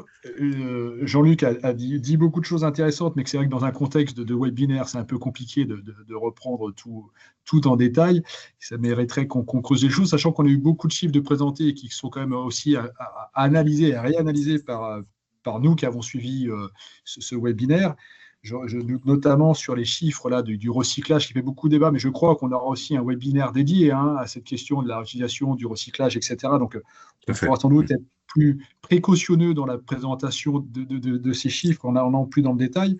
Parce que je retiens quand même, c'est qu'il ne faut pas tout mélanger, que comme sur les plus de 8 millions de tonnes de déchets inertes qui sont évacués des chantiers, on a 67%, c'est des déblais et des terres. Donc, c'est des choses, quand on ramène dans une carrière pour combler une carrière, ce n'est pas les déchets béton, ce n'est pas des choses qu'on peut recycler et réutiliser, c'est bien de la terre. Et c'est vrai que dans les chantiers urbains, on voit sans cesse des tractopelles creusés pour faire des parkings en -1, voire -2, même -3 en termes de niveau, et que ça fait quand même quelques volumes de mètres cubes ou de tonnes qui ne sont de toute façon pas réutilisables ou recyclables. Et donc, ça ne faut pas tout mélanger. Je pense sur les chiffres qui ont été donnés, c'est vraiment pas les 8,1 millions de tonnes qu'il faut prendre. C'est un peu, faut aller plus dans le détail. Ce qui diminue quand même le nombre de tonnes qu'on peut recycler et réutiliser, mais ce qui ne va pas minimiser le fait. Et effectivement, Carlos l'a quand même dit par écrit aussi que la REP, qui oblige les chantiers sur les 5 flux et puis les filières de recyclage, etc., se met quand même en route, c'est assez récent, et que ça peut que gagner en puissance. Et c'est aussi au marché public de s'adapter à ça. Donc derrière, il y a plusieurs questions ont été posées aussi par Annie. C'est-à-dire que c'est quoi le modèle économique? Qui maîtrise le modèle économique? Et qui est un peu le chef d'orchestre de tout ça? Est-ce que ce sont les carriers? Est-ce que ce sont les collectivités? Enfin, c'est peut-être la question qu'on peut peut-être poser à la CERC. Comment vous analysez ça, vous? Si je puis me permettre de compléter, Xavier, quelque chose qui est assez typique et qui illustre nos propos, c'est qu'aujourd'hui, dans les appels d'offres des collectivités pour des chantiers d'envergure, dans les CDP, dans les cahiers des charges techniques et des clauses techniques des marchés, on fait très peu allusion au granulat recyclé. C'est-à-dire que les donneurs d'ordre, donc les clients de nos industries, n'intègrent pas cette dimension granulat recyclé. Et comme l'a rappelé le service Ecostat, nos activités répondent à une demande. Eh bien, nos activités continueront de répondre à une demande si elle est en granulat naturel. Par contre, si demain l'orientation change et que dans les appels d'offres des marchés publics, on retrouve une grande part de granulat recyclé, nos activités sauront s'adapter. Oui, mais il faut bien avoir en tête l'aspect qualitatif aussi. On doit quand même, les acteurs du BTP on fait pas tout avec du répondre à des normes qui sont extrêmement strictes au niveau géotechnique. Donc, c'était compliqué parce que pour expliquer tout ça, il nous faut beaucoup plus de temps, et on a aussi énormément de disparités en fonction des régions, tout simplement parce qu'on peut aussi avoir une façon de produire qui peut être un peu différente, et aussi parce qu'on n'a pas du tout les mêmes ressources géologiques. Mais ça, la notion qualitative, elle est essentielle. Et c'est là que l'on voit, parce que l'objectif, c'est d'avoir une adéquation entre l'offre et la demande, d'un point de vue quantitatif, mais aussi et surtout d'un point de vue qualitatif. C'est toute notre difficulté. Alors, et après, pour revenir au paradigme, à notre paradigme économique, on va dire, oui, quand nous réalisons nos études territoriales, on part du besoin. C'est quelque chose qui s'impose. C'est en fait la variable originelle qui s'impose à nos producteurs de granulats. Et cette variable, c'est donc une demande de granulats parce qu'il y a une demande d'infrastructure, une demande de logement. Là, on a bien vu, on a quand même une population qui a progressé ces dernières années, alors qui est très intense en effet notamment dans 2 départements chez vous, et j'entends bien les problèmes que ça peut avec toutes les migrations internes que vous pouvez subir, on peut le vivre comme ça, mais ce qui est sûr, c'est qu'il y a quand même une augmentation de la population qu'on peut chiffrer, que l'INSEE chiffre, et parallèlement, la CERC l'a bien montré, on a eu une baisse de logements, de construction de logements ces dernières années. Donc, il y a bien un moment donné, et on voit bien le problème du logement, du mal logement en France. Voilà. Donc, nous, ça, ce sont des données sociologiques, démographiques qui s'imposent en fait à nous. Dans nos études, je crois que soit la CERC ou nous à l'UNICEM, oui, ça s'impose à nous. C'est vraiment la demande ou c'est le besoin sociologique ou le besoin politique, en fait, qui s'impose à l'offre. Et d'ailleurs, si je puis me permettre, sur ton fond d'écran, Christine, on a un joli viaduc. Et ce viaduc en granulat recyclé, je pense pas que ça puisse passer. Non. Parce que sur les bétons de haute performance, c'est ce que m'expliquent les professionnels. Moi, mon objectif, c'est faire des études qui essayent de représenter la réalité. C'est ce que j'essaye de faire. Lorsqu'on a du béton comme ça, qui est relativement fin, etc., plus il est fin, plus ils auront besoin, alors je dis ça avec mes mots, moi je ne suis pas ingénieur, mais plus ils auront des exigences géotechniques très élevées. Et c'est là notamment qu'ils ont besoin de sable et gravier roulés, donc d'origine alluviale. Voilà, ça c'est là. Alors, il y aura une part incompressible en fonction de la qualité des roches massives. On mettra plus ou moins d'alluvionnaire, mais on a une part incompressible. Donc, vous voyez, alors on peut mettre un petit peu. En effet, moi j'ai vu des ouvrages, j'ai vu des plots en béton, donc d'industrie du béton qui étaient faits avec du granulat recyclé, mais ça sera jamais pour faire un ouvrage d'art. un ouvrage d'art ou même un immeuble assez haut. Bon, voilà. Mais il y a aussi ce problème, c'est qu'on fait en sorte, au niveau architecture, et c'est bien plus beau, on essaye de faire justement des parois en béton qui sont de plus en plus fines. Là encore, je vous le dis avec mes mots à moi. Et donc, pour ce faire, on a devoir un béton hyper résistant. Et là, on aura vraiment besoin de granulats naturels très performants. Par contre, ce qui est sûr, au niveau géotechnique, ce qui est sûr, c'est que pour toute l'autre partie VRDTP, c'est là qu'on va retrouver notre recyclage et c'est là qu'il faut le mettre. Et puis, c'est là aussi qu'on aura tout ce qui est réemployé in situ. Voilà, c'est là qu'on va les retrouver. Et c'est ce qui se passe quand on voit que le ratio de consommation tonnes par habitant baisse, c'est ça qui est en train de se passer en fait. Mais il y aura une part incompressible. Alors, je vais vous dire, nous, à terme, nos études, ça sera sur la filière béton et sur la filière enrobée. Je pense qu'un Carole, on finira par faire des études territoriales. L'activité de recyclage, elle est déjà complètement intégrée par les carriers. En fait, ils sont complètement intégrés, ça fait partie maintenant Ils ont compris que voilà, il y a certains matériaux.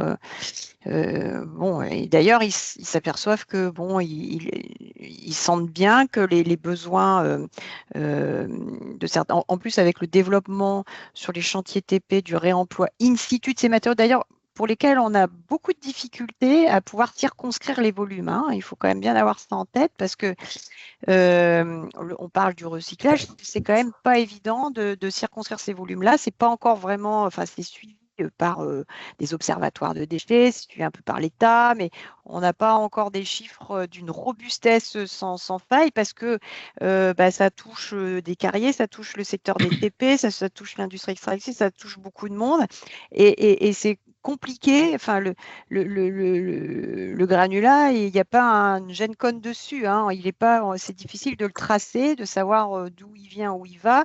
Ça, c'est compliqué. Alors, avec la REP, on va sans doute peut-être réussir à mieux tracer la vie d'un matériau, mais la REP, c'est PMCB, hein, c'est matériaux construction du bâtiment. Hein. Je vous rappelle que c'est sur le périmètre du bâtiment et de sa parcelle, et donc ça écarte tout le périmètre du TP. Et or là, là aussi, c'est un énorme consommateur de ces matériaux, consommateur et producteur, hein, parce que quand on fait des ouvrages et du terrassement, on retire des matériaux, mais on les réemploie de plus en plus. Et ça, on n'a pas trop notion de ça. Mais oui, le recyclage, c'est devenu une activité à part entière maintenant chez les carriers. Hein. Voilà. Et ça Je crois que tu voulais intervenir, Pierre-Yves, tout à l'heure.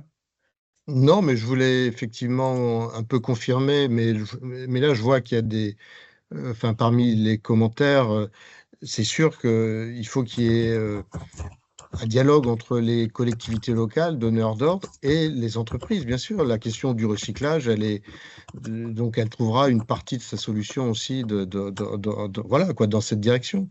Mais je pense qu'aujourd'hui, oui, effectivement, l'activité recyclage, il est clair qu'elle est intégrée par les professionnels et que par contre, effectivement, on n'a pas encore constaté du côté des collectivités peut-être la prise de conscience suffisante voilà, de cette évolution. Et qu'effectivement, dans les échanges auxquels j'ai pu assister, oui, c'est pas encore, voilà, il n'y a pas cette prise en compte claire. Donc là aussi, il y a donc on va dire donc une co-responsabilité. Mais bon. Je pense que ça va évoluer. Je pense qu'il faut sensibiliser les collectivités aussi sur cet axe-là, voilà, du recyclage. Je voulais juste répondre et rebondir aussi sur une question où je voyais que bon, quelle catastrophe pour le milieu naturel et marin. Alors c'est vrai que c'est un sujet qui est souvent évoqué. Sur l'extraction en mer, on détruit les plages, le trait de côte, etc. Alors, juste, on va repositionner un petit peu sur les volumes. Il faut savoir que c'est à peu près 5 à 6 millions de tonnes par an, hein, extraction en mer sur toute la France. Donc, c'est bon, c'est peut-être trop, hein, je ne sais pas, mais en tout cas, c'est 5 à 6 millions de tonnes pour bien avoir en tête véritablement la volumétrie de ce que représente cette activité. L'autre point qu'a expliqué Christine, c'est que pourquoi on extrait en mer de l'alluvionnaire, parce que vous savez que l'alluvionnaire, aujourd'hui, on n'extrait plus en lit mineur, majeur, etc. C'est fini, ça, c'est en terrasse, etc. Donc, l'approche de l'alluvionnaire, les professionnels et l'État, et d'ailleurs, et c'est très bien comme ça, ont bien compris qu'il fallait avoir réglementer et ne plus faire ce type qui sont le fait est pour le coup des catastrophes sans doute environnementales. Mais s'il y a l'extraction en mer, c'est justement pour éviter d'avoir à faire venir de façon terrestre des matériaux alluvionnaires de très loin, ce qui aurait un impact carbone assez préjudiciable dans ces zones et ces territoires où, avec le littoral, on peut extraire ces matériaux en mer. Et c'est ce qui rend, quand dit Christine disait que c'était indispensable, on pourrait dire, à la limite, ok, c'est pas indispensable, n'extrayons pas en mer. Mais du coup, comme il y a besoin de ces matériaux, il va falloir les faire venir Il a plus de 100 loin. km. Plus de 100 Voilà, de km plus dans 100, le cas de votre 150 région. km par voie routière, parce que malheureusement, majoritairement, ça reste la voie la plus choisie parce que c'est presque la seule, la plus flexible, la plus disponible. Mais du coup, l'impact environnemental, il serait beaucoup plus fort. Enfin, il serait fort avec le transport, hein, évidemment. De toute façon, tout a besoin d'être transporté, tous les matériaux et tous les biens de consommation, enfin, qui ne sont pas des matériaux, pas un bien de consommation comme les autres, mais voilà, c'est pour ça qu'il y a cette extraction en mer. Merci beaucoup. Je vois l'heure qui passe, et puis il est bientôt midi, l'heure à laquelle on avait prévu de mettre fin à ce webinaire. Est-ce qu'il y a une autre prise de parole souhaitée? Jean-Luc, j'ai vu que tu avais levé la main, mais à part toi, est-ce qu'il y a quelqu'un d'autre qui souhaiterait s'exprimer? Qui a des questions, soit sur les slides qui ont été présentés, soit sur l'échange qu'on vient d'avoir pendant ces 20 ou 30 dernières minutes? Moi, je veux juste préciser que c'était donc le module 1, qu'effectivement, il y a aussi beaucoup de réponses à des questions, les discussions qu'on a eues là, qui pourront aussi trouver des réponses dans les modules qui vont venir. Donc, je vous encourage à vous inscrire au prochain module. Et effectivement, comme je pourrais renvoyer le contenu qui nous a été présenté aujourd'hui, c'est aussi préparer des questions pour les prochains modules, s'il y a des incompréhensions ou s'il y a des questions qui ressortent de ce premier webinaire. Jean-Luc, peut-être, vas-y.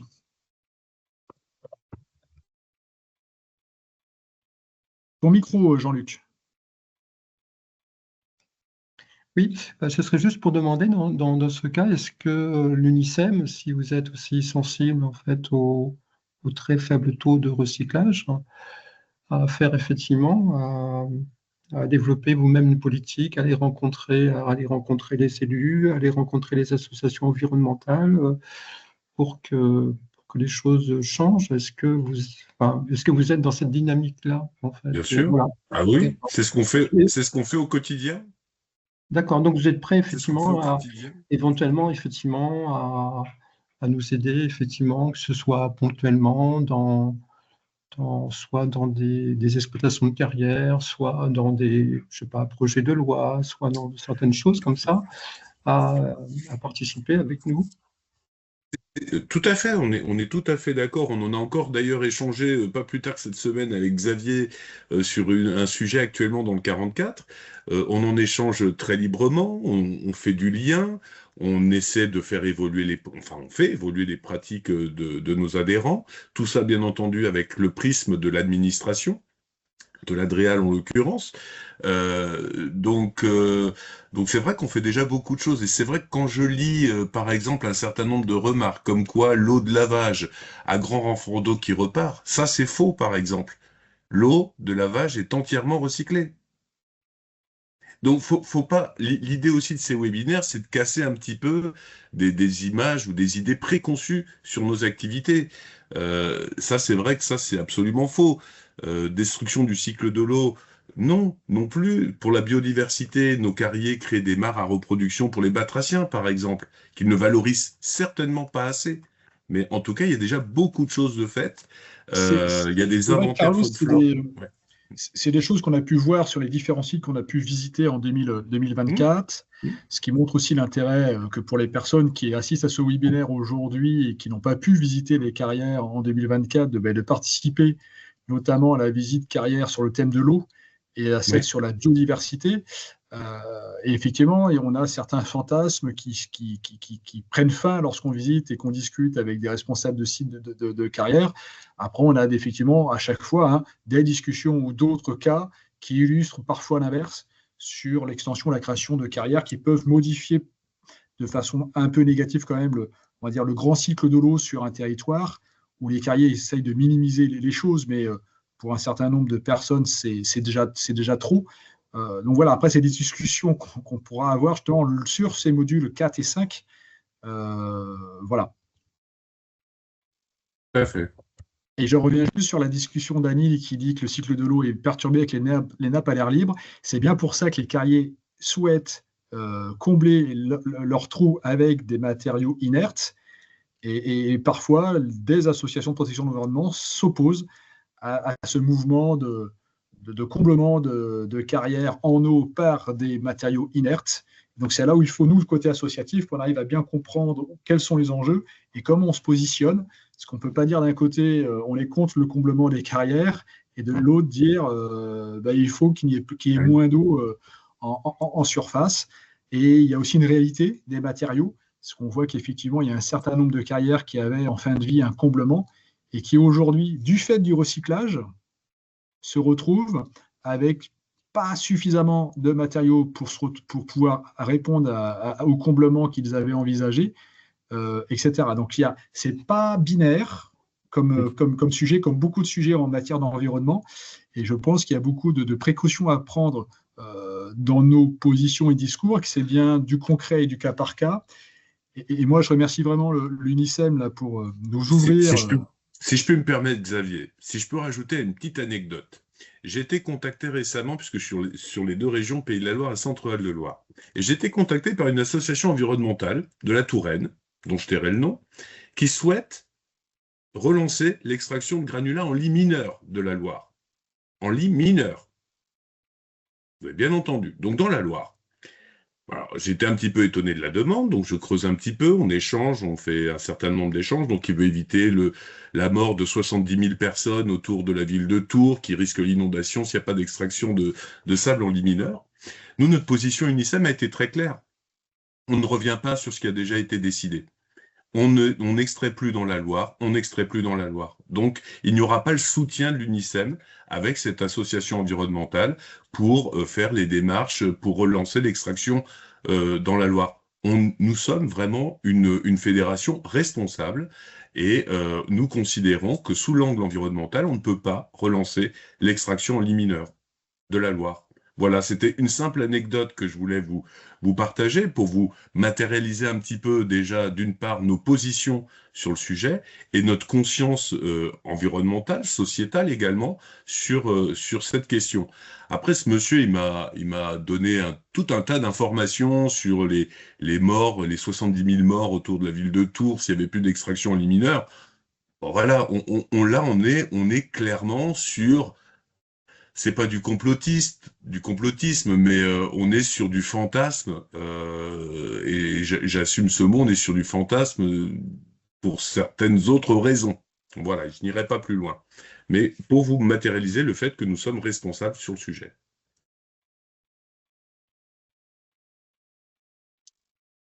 Eh bien, écoutez, merci beaucoup pour cet échange et ce premier webinaire.